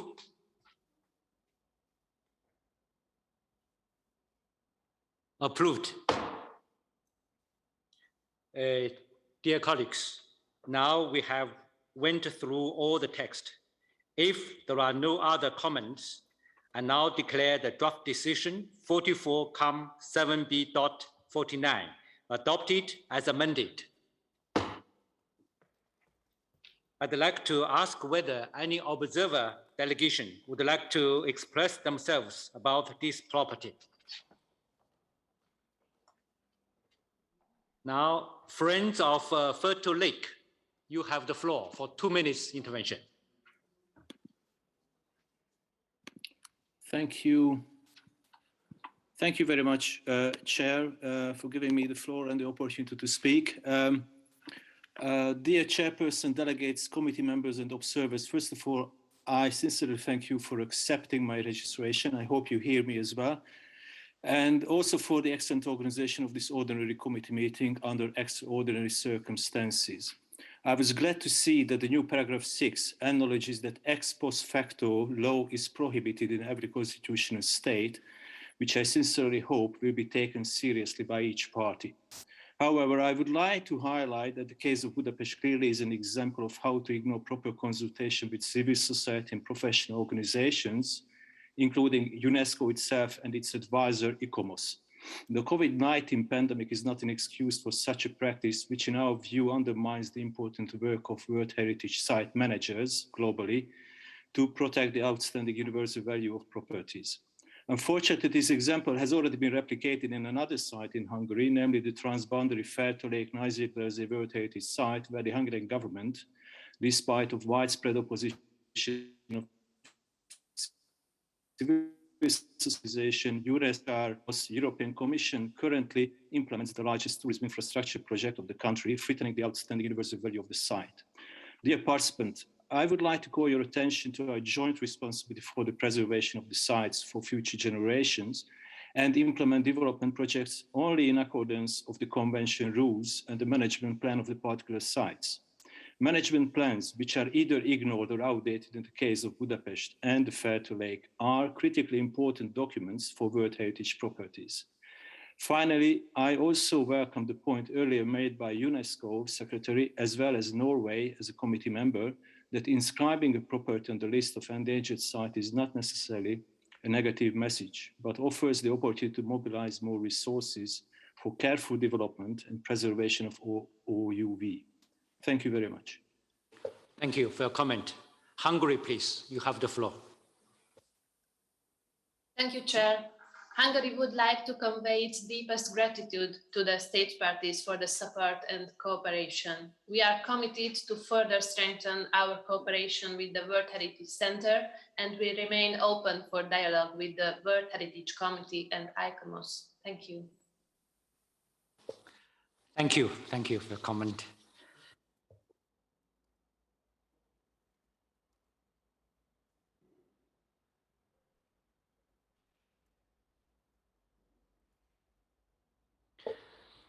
Dear committee members, as you have realized that we have a very heavy agenda, so I'd like to kindly ask you to work a little bit longer today to 10 o'clock Fuzhou time, 4 o'clock Paris time. I thank you for your cooperation and efforts. Now I once again invite Mrs. Reka Viragos of the Europe and North America unit of the World Heritage Center and ICOMOS to present the report. You have the floor. Thank you, Mr. Chair. So I'm going to present the property Venice and its lagoon, Italy. As stated in the description of its outstanding universal value, the property Venice and its lagoon is the result of the interaction between people and the ecosystem of their natural environment over time. And indeed, Venice and its lagoon form an inseparable whole.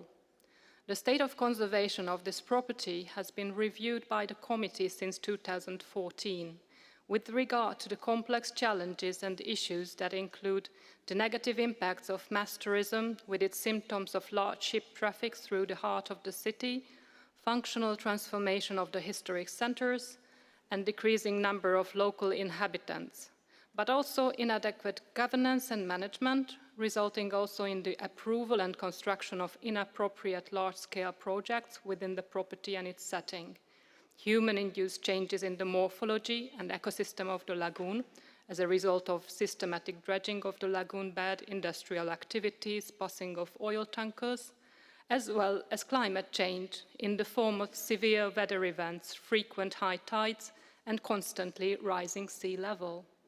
The impacts of these complex issues are interrelated and cumulative, and as the last mission to the property last year confirmed, they pose ascertained and potential threat to the outstanding universal value of the property, have economic and social impacts on the local population, and demand a concerted and coordinated multi-sectoral approach engaging a number of different stakeholders and goes beyond simple mitigation measures focused on resolving individual problems.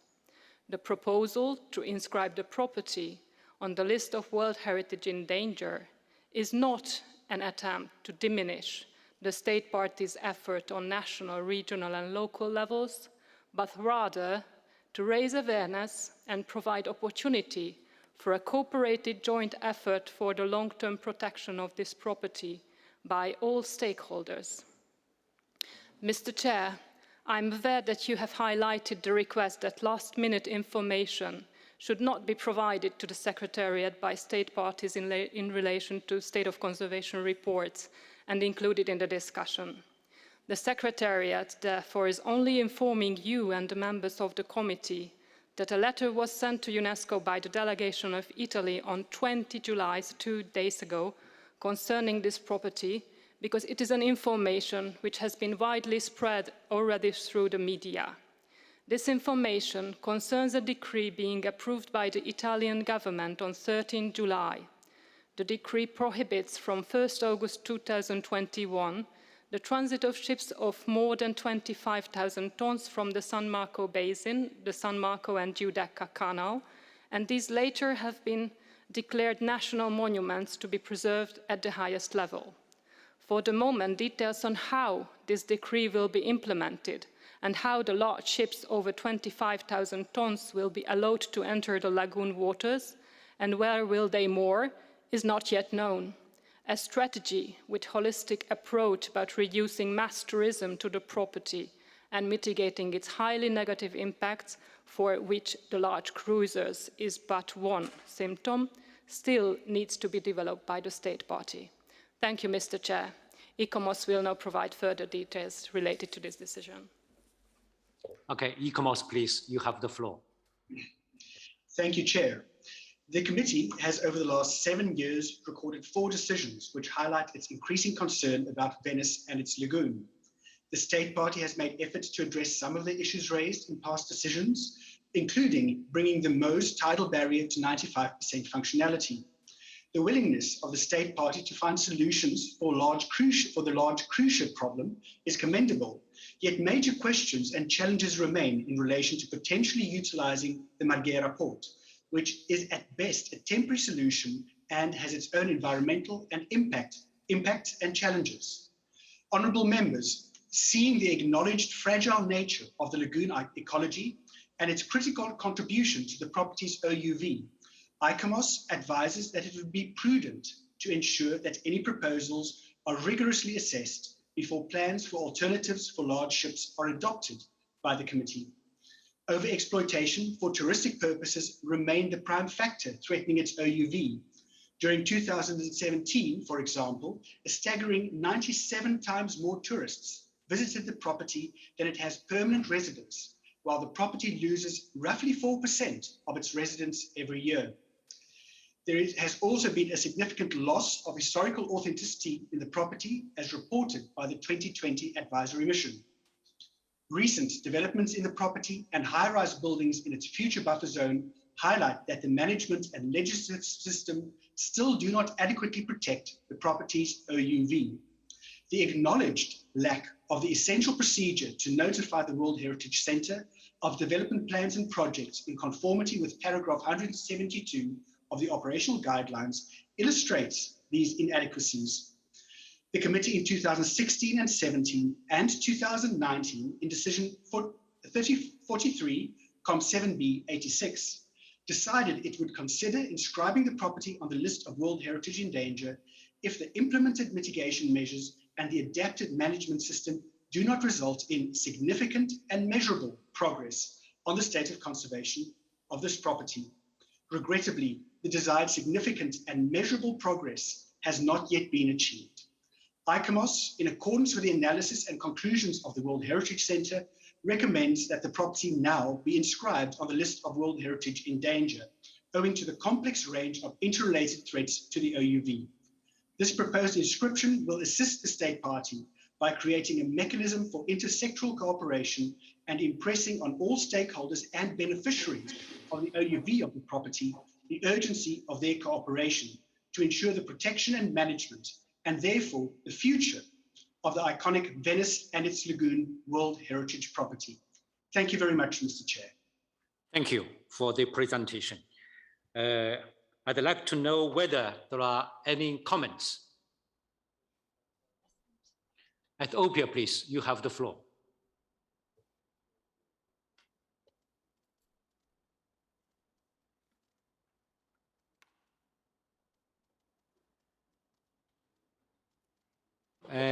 Your microphone is muted. Excellency. Thank you, Chair. Sorry. I'm taking the floor because Ethiopia is taking the lead in amending the proposed draft decision with some other countries. Mr. Chair, the site of Venice and its lagoon has a special value within the World Heritage List. The safeguarding campaigns to protect Venice inspired the convention itself. It is for this reason that we look with great attention and care at this precious site. Based on the information provided by the state party and the state party's conservation report, and on the relevant updated information which was shared with the members of the committee, we feel that the draft decision does not reflect the reality of the commitment for the protection of this highly important site. This is why we submitted an amendment, which has been drafted to take into account the comprehensive set of information. I would also like to invite the state party, if you allow me, Chair, to intervene to present further the most updated information, in particular concerning the issue of large cruise ships, which was mentioned by the Secretariat. The decision of the state party to ban large cruise ships fully implements the most relevant request of the committee concerning the protection of the site. It is a wise decision, long expected, which testifies to the commitment of Italy to protect this World Heritage property. It is also a sign of the excellent results that can be achieved through positive cooperation and dialogue between the World Heritage Committee and the state party. This is why we propose a new language in paragraph 5. Let me also underline that the actions undertaken in the past few months are especially commendable, taking into account the emergency which affected us all during the last 2 years. The previous decision adopted by the committee in Baku asked, and I quote, significant and measurable progress in the state of conservation of the property. End of quote. Reading through the documents, progress should be reported as well other reports apart from the cruise ships issue on the climate action plan, on tourism management, on high tide defense system, and on management plan. These are all very significant progresses. A constant dialogue between the World Heritage Center, the advisory bodies, and the state parties is key to advance on the conservation of the sites. We appreciate the spirit of cooperation with which Italy has looked for this dialogue, asking for an advisory mission, which had not been requested by the committee. It was an advisory mission and not a reactive monitoring mission. This is why we use a more precise language in para 13. The amendment submitted by Ethiopia, along with others, reflects these considerations. It aims at avoiding the inscription on the list in danger, since we do not see the conditions that would justify such a decision. We would rather ask the state party to keep informed the committee on the state of conservation of the property in order to assess the implementation of the newly adopted measures and take the relevant informed decisions. I thank you, Chair. Thank you. Thank you for your comment.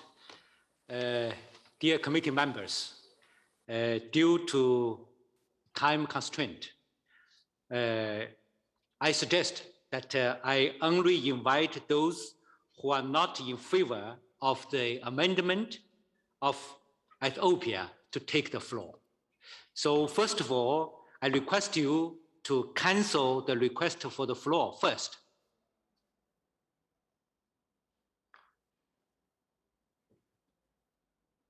Yeah. Yes. So I only invite, Oman, please, you have the floor. Thank you, Mr. Chair. I'm not against the proposal, but I would like to go back to the previous decision that is about Hungary, because we are co-sponsoring that decision, but we were not in the list. When we have written this in the chat box, I'm asked to announce it orally. So now I would like to announce it orally. Secondly, I would like to ask you, Mr. Chair, if this is going to pursue for all the files and the sites that you don't give intervention to support the files, so we don't need to do our homework and to start drafting intervention. If that's going to go, I think we need to announce it. Thank you. Okay, thank you. The Secretariat will take note of what you said. So now, with your permission, we go to the amendment directly. Mr. Rapporteur, you have the floor.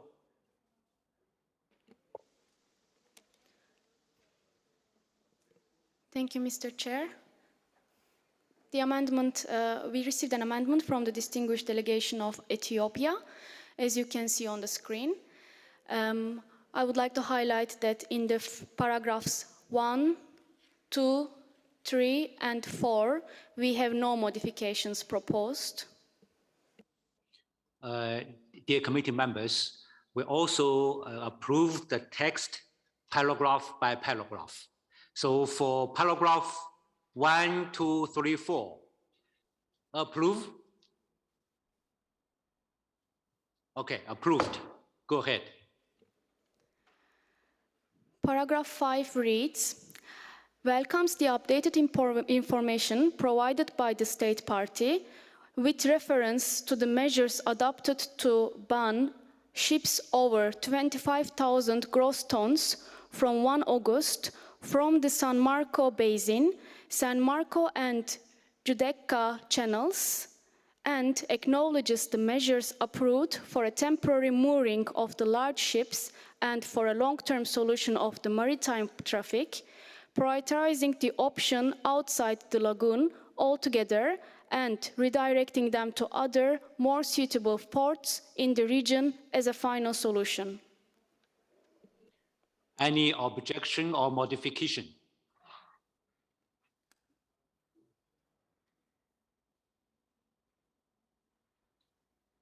No objection. Approved. Go ahead. We have no modifications in paragraphs 6, 7, 8, 9, 10, and 11, Mr. Chair. So, dear committee members, for these paragraphs from 6 through to 11, approve?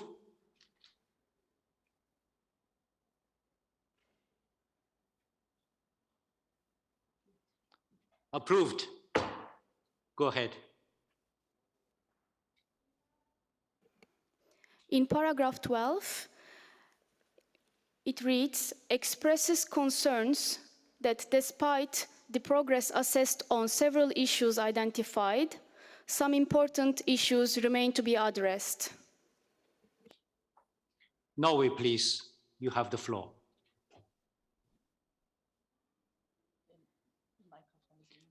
Your microphone is muted. Sorry about that. Thank you, Okay. Mr. Chair. Norway would like to keep the original wording in number 12, please. Thank you, Mr. Chair. Okay. Any objection to this proposal? Ethiopia, please, you have the floor. Thank you very much. Chair, we believe the second part, sorry, Chair, we believe my video was stopped, so you cannot see me. I think it's the administrator, but anyway, you can hear me. As Chair, we believe that the second part prejudges the outcome and basically tells us that there is going to be a problem with the problem. Let's not, we are expressing concern in the first part, despite the progresses. I don't think we should prejudge and include a very significant loss of historical authenticity, loss of cultural significance. We don't think this is appropriate, and therefore we prefer deleting this part. Thank you.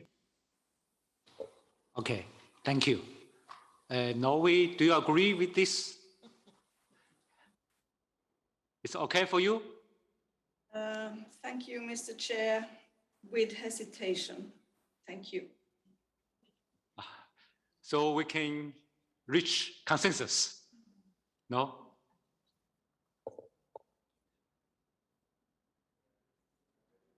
Yes, from Norway, yes. Okay, okay, good. So this paragraph Approved. Go ahead. Next paragraph, which was the original paragraph 13, is proposed for deletion, Mr. Chair. Agree?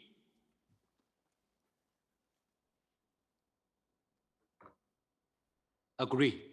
Approved. Go ahead.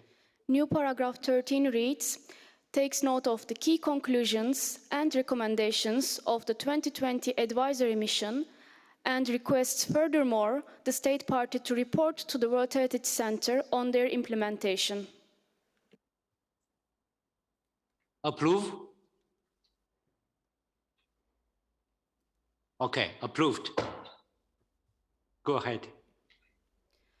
Paragraph 14 requests, moreover, the state party to develop a proposal in consultation with the World Heritage Center and the advisory bodies, a set of corrective measures with a time frame for their implementation for examination by the World Heritage Committee at its 46th session, we delete the year, and possible decisions on the state of conservation under paragraph 178 of the operational guidelines. I have to propose a small modification for this paragraph, Mr. Chair. Yes, please. I think the correct way would be requests, moreover, the state party to develop a proposal on a set of corrective measures. So we move the part set of corrective measures with a time frame for their implementation to up after proposal in consultation with the World Heritage Center and the advisory bodies for examination by the World Heritage Committee at its 46th session. And I'm not very sure what was intended for the last part of this paragraph that reads, and possible decisions on the state of conservation under paragraph 178 of the operational guidelines.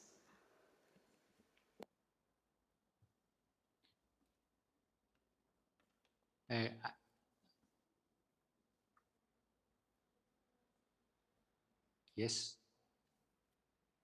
It's okay now? Any objection or modification?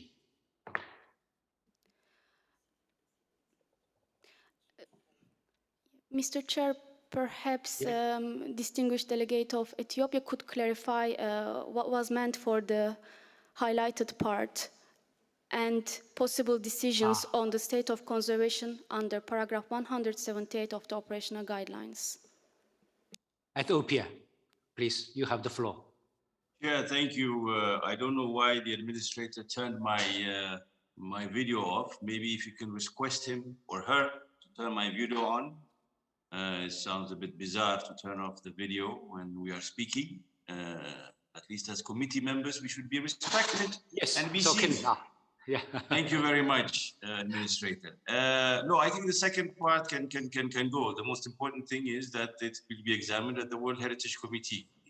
The last part is not necessarily not necessary to be. I mean, we will not argue with the rapporteur if it's deleted. Thank you. Okay, so approve.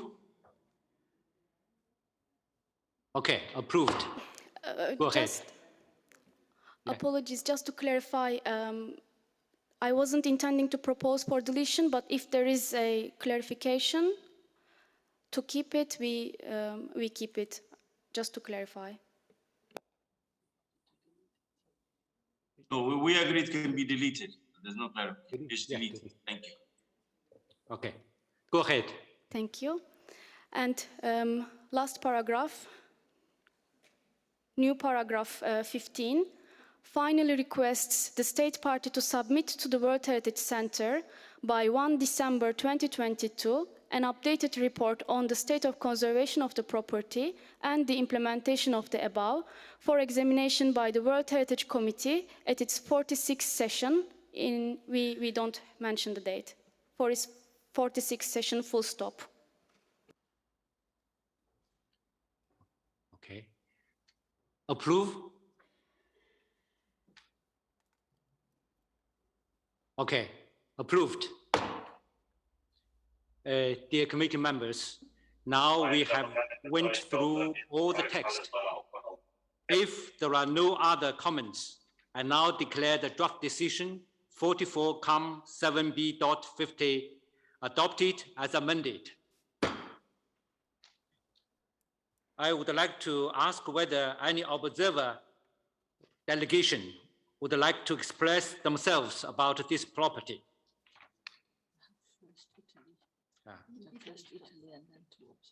Italy first.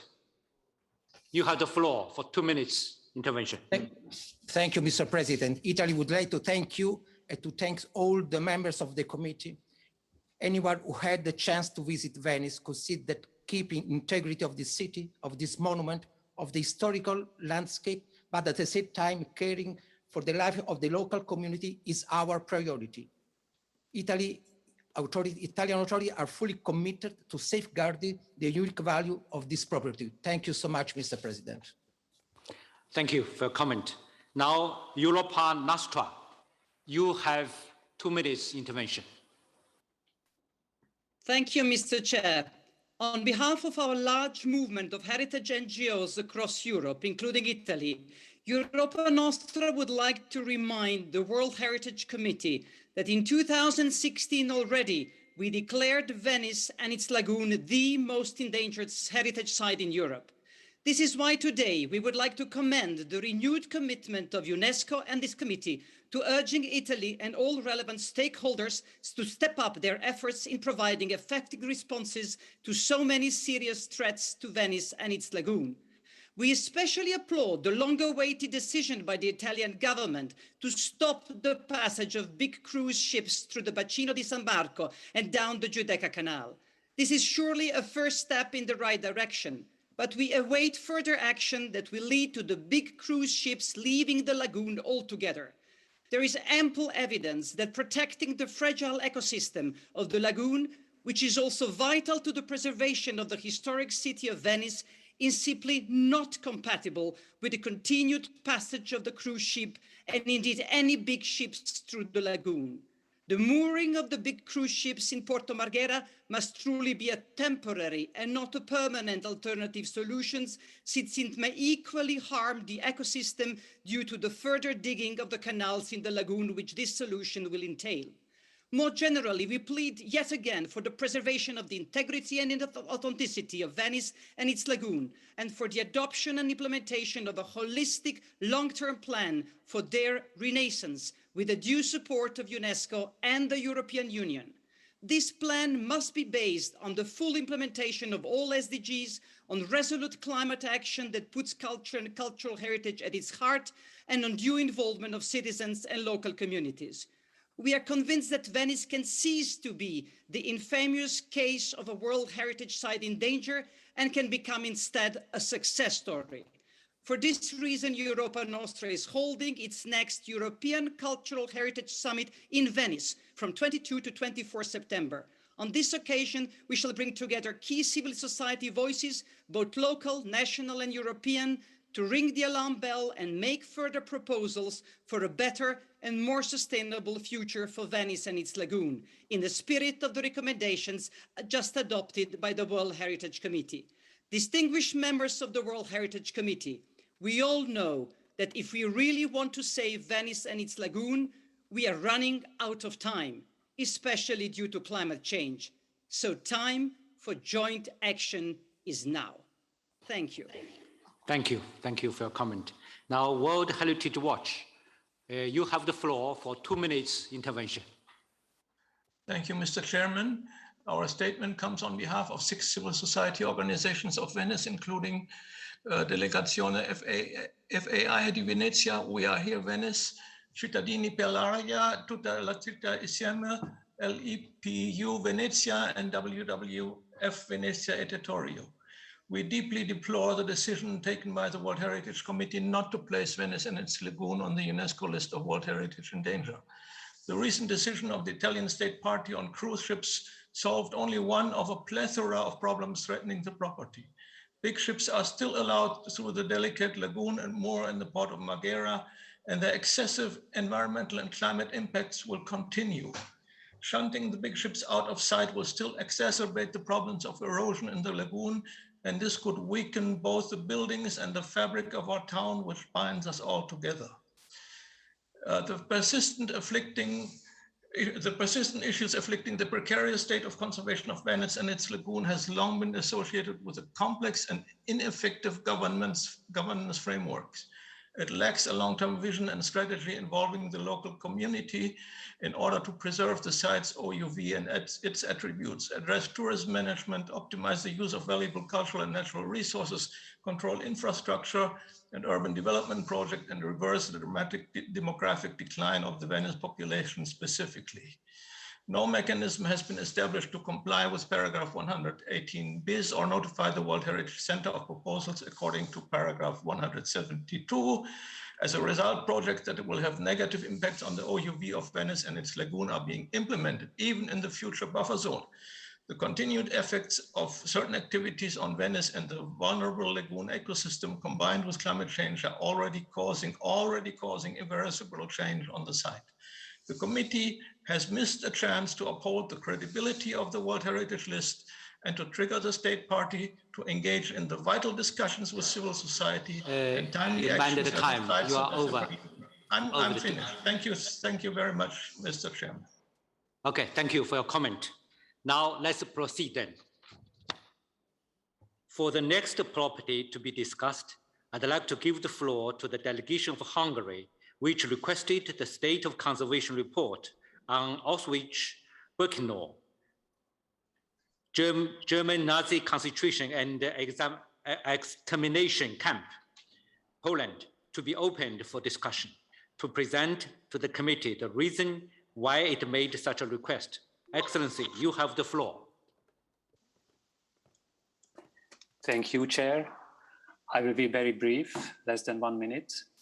Poland has been actively protecting the remains of the concentration and extermination camp Auschwitz-Birkenau, as well as the wider setting of the historical landscape. And Poland has been doing so in good cooperation and ongoing dialogue with the World Heritage Center and ICOMOS, despite the difficulties posed by the COVID-19 pandemic. We commend them for this. The proposed amendment to the draft decision 44-7b-52 that Hungary submitted aims at a few technical and factual modifications in order to make the draft decision fully accurate and up to date.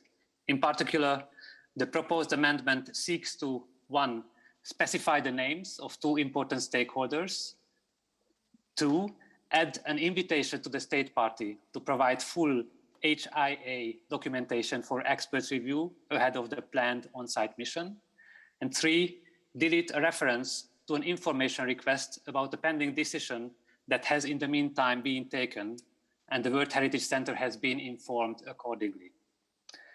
The proposed amendments are of technical and factual nature and do not change either the main findings or the conclusion of the draft decision. Yet we believe that they are necessary and important so that the World Heritage Committee's decision is fully accurate and up to date. Thank you, Chairperson. Thank you for the presentation. Now I'd like to give the floor to Mrs. Anatoly Gabriel and ICOMOS to respond to this comment. A very brief, concise. Now you have the floor. Merci, Monsieur le Président. Le distingué membre du comité, le distingué représentant de la Hongrie a effectivement souligné des corrections techniques, des informations inadéquates dans le projet de décision ayant trait notamment à la terminologie utilisée pour désigner une réunion qui s'est tenue le 19 mai dernier entre les représentants de l'État partie, les représentants de l'ICOMOS et le Centre du patrimoine mondial, et présentée dans ce projet de décision comme réunion préparatoire à la mission de conseil prévue pour le bien. Entre-temps, et pour répondre à votre demande, Monsieur le Président, nous avons effectivement reçu une lettre d'invitation de l'État partie de la Pologne permettant de clarifier que cette réunion tenue au mois de mai était bien la première phase de la mission de conseil qui avait été demandée à 2 reprises par le comité du patrimoine mondial et donc pour lesquels nous sommes pleinement rassurés que cette mission, cette deuxième phase de la mission aura bien lieu, nous le pensons, au mois de septembre. Merci, Monsieur le Président. Je crois que l'ICOMOS souhaiterait apporter des clarifications sur la seconde partie des questions soulevées par le distingué représentant de la Hongrie. Merci, Monsieur le Président. ICOMOS, please. Yeah, for a very brief clarification.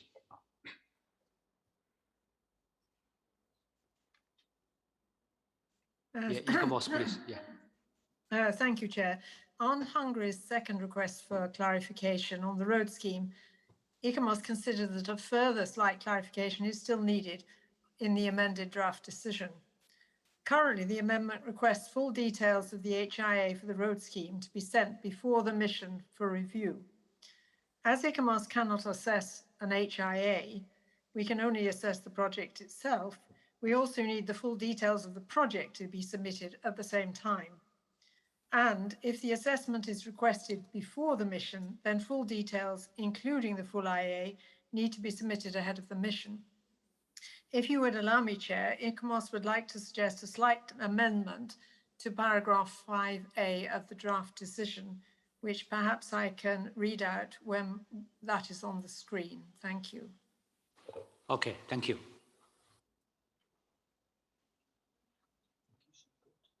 Yeah. Dear committee members, due to the time constraint and also the revision is not too many, so I suggest we go to the amendment directly with your permission. Okay, Mr. Rapporteur, you have the floor. Thank you, Mr. Chair. We have received an amendment submitted by Hungary, as you can see on the screen. There were no modifications proposed for the paragraphs 1 and 2.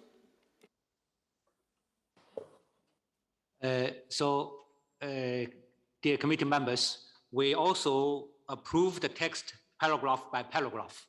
So for paragraph 1, paragraph 2, approve? Okay, approved. Go ahead. Paragraph 3 reads, congratulates the state party for its efforts to conserve numerous remains of the wider setting of the Auschwitz concentration camp complex through the foundation of memory sites near Auschwitz-Birkenau and the recently created the Remembrance Museum of the land of Xuejun residents. Any objection? No? Approved. Continue. Paragraph 4 notes the information provided by the state party on the progress with the planning and design of the ring road of Xuejun, including the requested Heritage Impact Assessment, HIA, report, but regrets that the HIA was not accompanied by full design details and alignment of the proposed ring road or by background visual and acoustic assessments, with the result that it currently remains unclear how the project respects the recommendations of the 2013 expert group. Therefore, invites the state party to provide full HIA documentation for review by experts ahead of an on-site mission. Any objection or modification? No. Approved. Continue. Paragraph 5. There are no modifications in 5A. Paragraph 5B is proposed for deletion, and previous 5C becomes new paragraph 5B. These are all the amendments, Mr. Chair, here. Yes. ICOMOS, please. You have the floor. Thank you, Chair. ICOMOS would like to propose a minor amendment to paragraph 5A to allow it to read, submit full details of the Xuejun Southern Ring Road project, including how it responds to the recommendations of the 2013 expert group and to the conclusions of the AIA, to allow a review of the project by the advisory bodies ahead of an on-site mission.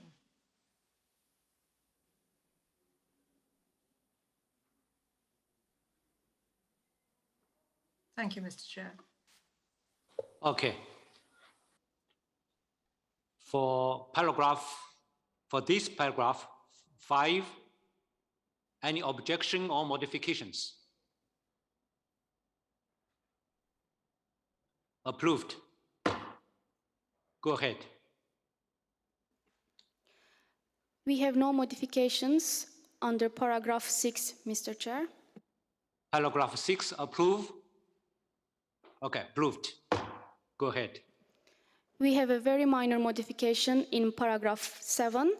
Welcomes that a proprietary is crossed over, welcomes that an online meeting on the joint. The rest of the paragraph remains the same. Approve. Okay, approved. And there were no changes under paragraphs 8 and 9 as well, Mr. Chair. Approve. Okay, approved. Dear committee members, now we have went through all the text. If there are no other comments, I now declare the draft decision 44-7B.52 adopted as amended. I would like to ask whether any observer delegation would like to express themselves about this property.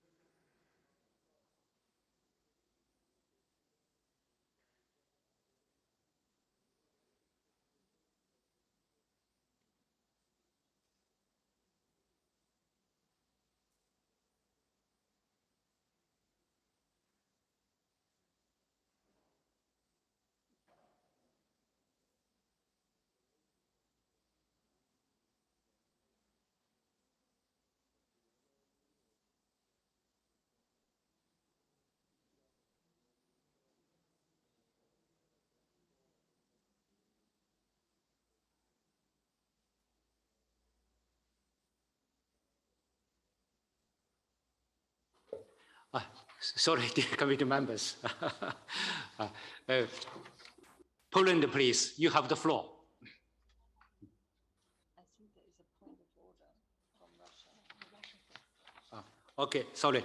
Thank you Russia, very please. much, Mr. Chair. Sorry, Poland, just wait for a moment. I have a point of order in front of me. Russia, please, you have the floor. Mr. Chair, I just wanted to ask you a question on the procedure.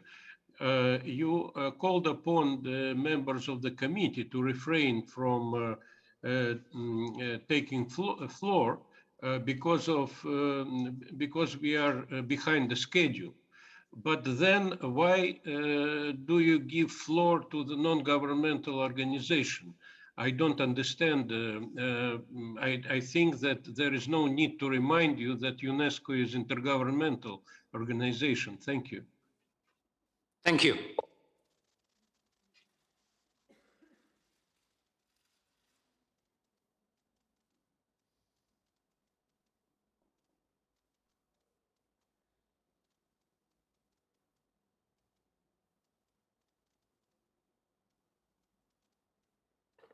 Okay, thank you. Thank you for your comment. I will restrict further some floors given to the observers. Yeah, but Poland, you have 2 minutes for intervention.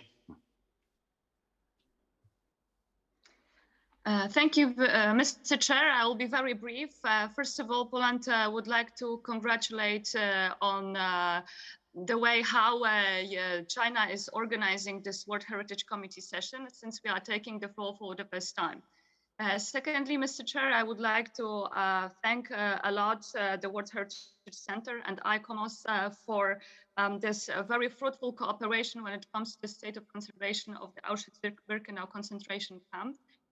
And we would like to express our sincere wishes that this work will be ended soon. And as it was mentioned, we are looking forward for the second part of the mission in situ. Thank you, Mr. Chair. Thank you for your comment. Now, Argentina, please. You have the floor for 2 minutes intervention. Merci, Monsieur le Président. Nous voulons vous féliciter pour votre présidence et vos interventions tellement pertinentes. Et le comité pour l'adoption de cette décision, pour nous et pour plusieurs pays, les sites de mémoire sont d'une importance primordiale et cruciale pour l'avenir de notre convention. Et merci beaucoup et nous félicitons les comités pour la façon de laquelle vous êtes prêts maintenant avec les circonstances tellement particulières et l'avancement de notre travail dans cette convention. Merci beaucoup, Monsieur le Président. Thank you for your comment. Now I invite Dr. Rossler to read the list of properties for which the reports are proposed for adoption without discussion in both Europe, North America, and Latin America, and the Caribbean. You have the floor. Thank you very much, Mr. Chair. 41, Historic Center of the City of Salzburg in Austria. 42, Old City of Dubrovnik in Croatia. 43, Venetian works of defense between the 15th and 17th centuries. Stato da Terra, Western Stato da Mar, Croatia, Italy, Montenegro. 44, Historic Center of Prague, Czechia. 45, landscape for breeding and training of ceremonial carriage horses at Kladruby, Nad Labem in Czechia. Paris, banks of the Seine, France. 47, Gelatic Monastery, Georgia. 48, historical monuments at Meshketa in Georgia. 51, natural and cultural historical region of Kotor in Montenegro. 53, Tarnowskie Gory lead silver zinc mine and its underground water management system in Poland. 54, royal building of Mafra Palace, Basilica Convent, Cerco Garden and Hunting Park, Tapada in Portugal. 55, Aphrodisias in Turkey. 56, Diyarbakir Fortress and Hazel Gardens Cultural Landscape in Turkey. 57, Göbekli Tepe in Turkey. 58, historic areas of Istanbul, Turkey. 59, Kiev, St. Sophia Cathedral and related monastic buildings, Kiev, Pershersk, Lavra in Ukraine. 60, Cornwall, West Devon mining landscape, United Kingdom of Great Britain and Northern Ireland. 61, Stonehenge, Avebury and associated sites, United Kingdom of Great Britain and Northern Ireland. 151, historic centers of Berak and Gjirokastra in Albania. 152, the architectural work of Le Corbusier, an outstanding contribution to the modern movement. Argentina, Belgium, France, Germany, India, Japan, Switzerland.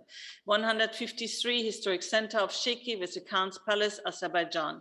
154, ancient city of Nessebar, Bulgaria.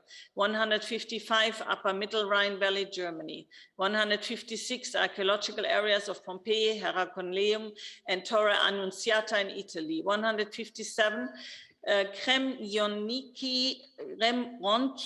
prehistoric strip flint mining region in Poland. 158, sanctuary of Bom Jesus do Monte in Braga in Portugal. 159, cultural and historic ensembles of the Solovetsky Islands, Russian Federation. 160, Kishi Pogos, Russian Federation. 161, Palace of Westminster and Westminster Abbey, including St. Margaret's Church, United Kingdom of Great Britain and Northern Ireland. 62, Quebrada de Humahuaca in Argentina. 63, Tiwanaku, spiritual and political center of the Tiwanaku culture, Bolivia, plurinational states of. 64, Pampulha Modern Ensemble in Brazil. 65, pre-Columbian chiefdom settlements with stone spheres of the Diquis in Costa Rica. 66, colonial city of Santo Domingo, Dominican Republic. 67, city of Quito in Ecuador. 68, National Historic Park, Citadel Sans Souci Ramier in Haiti. 69, historic center of the city of Arequipa, Peru. 70, historic inner city of Paramaribo in Suriname. 62, Capacnan Andean road system, Argentina, Bolivia, plurinational state of Chile, Colombia, Ecuador, Peru. 163, Brazilian Brazil. 164, churches of Chiloé in Chile. 165, historic quarter of the seaport city of Valparaiso in Chile. 166, Humberstone and Santa Laura, St. Petersburg in Chile. 167, port fortresses and group of monuments, Cartagena in Colombia. 168, archaeological site of Panama Viejo and historic district of Panama in Panama. 169, historic center of Lima in Peru. And that's it, Mr. Chair. Thank you. Thank you very much. I now declare the decisions read out adopted. Dear colleagues, with a heavy agenda, we are approaching the end of today's meeting. Considering that there will be the working group on the budget, I'd like to suggest that we stop here. Thank you for your understanding and the cooperation. Have a good rest.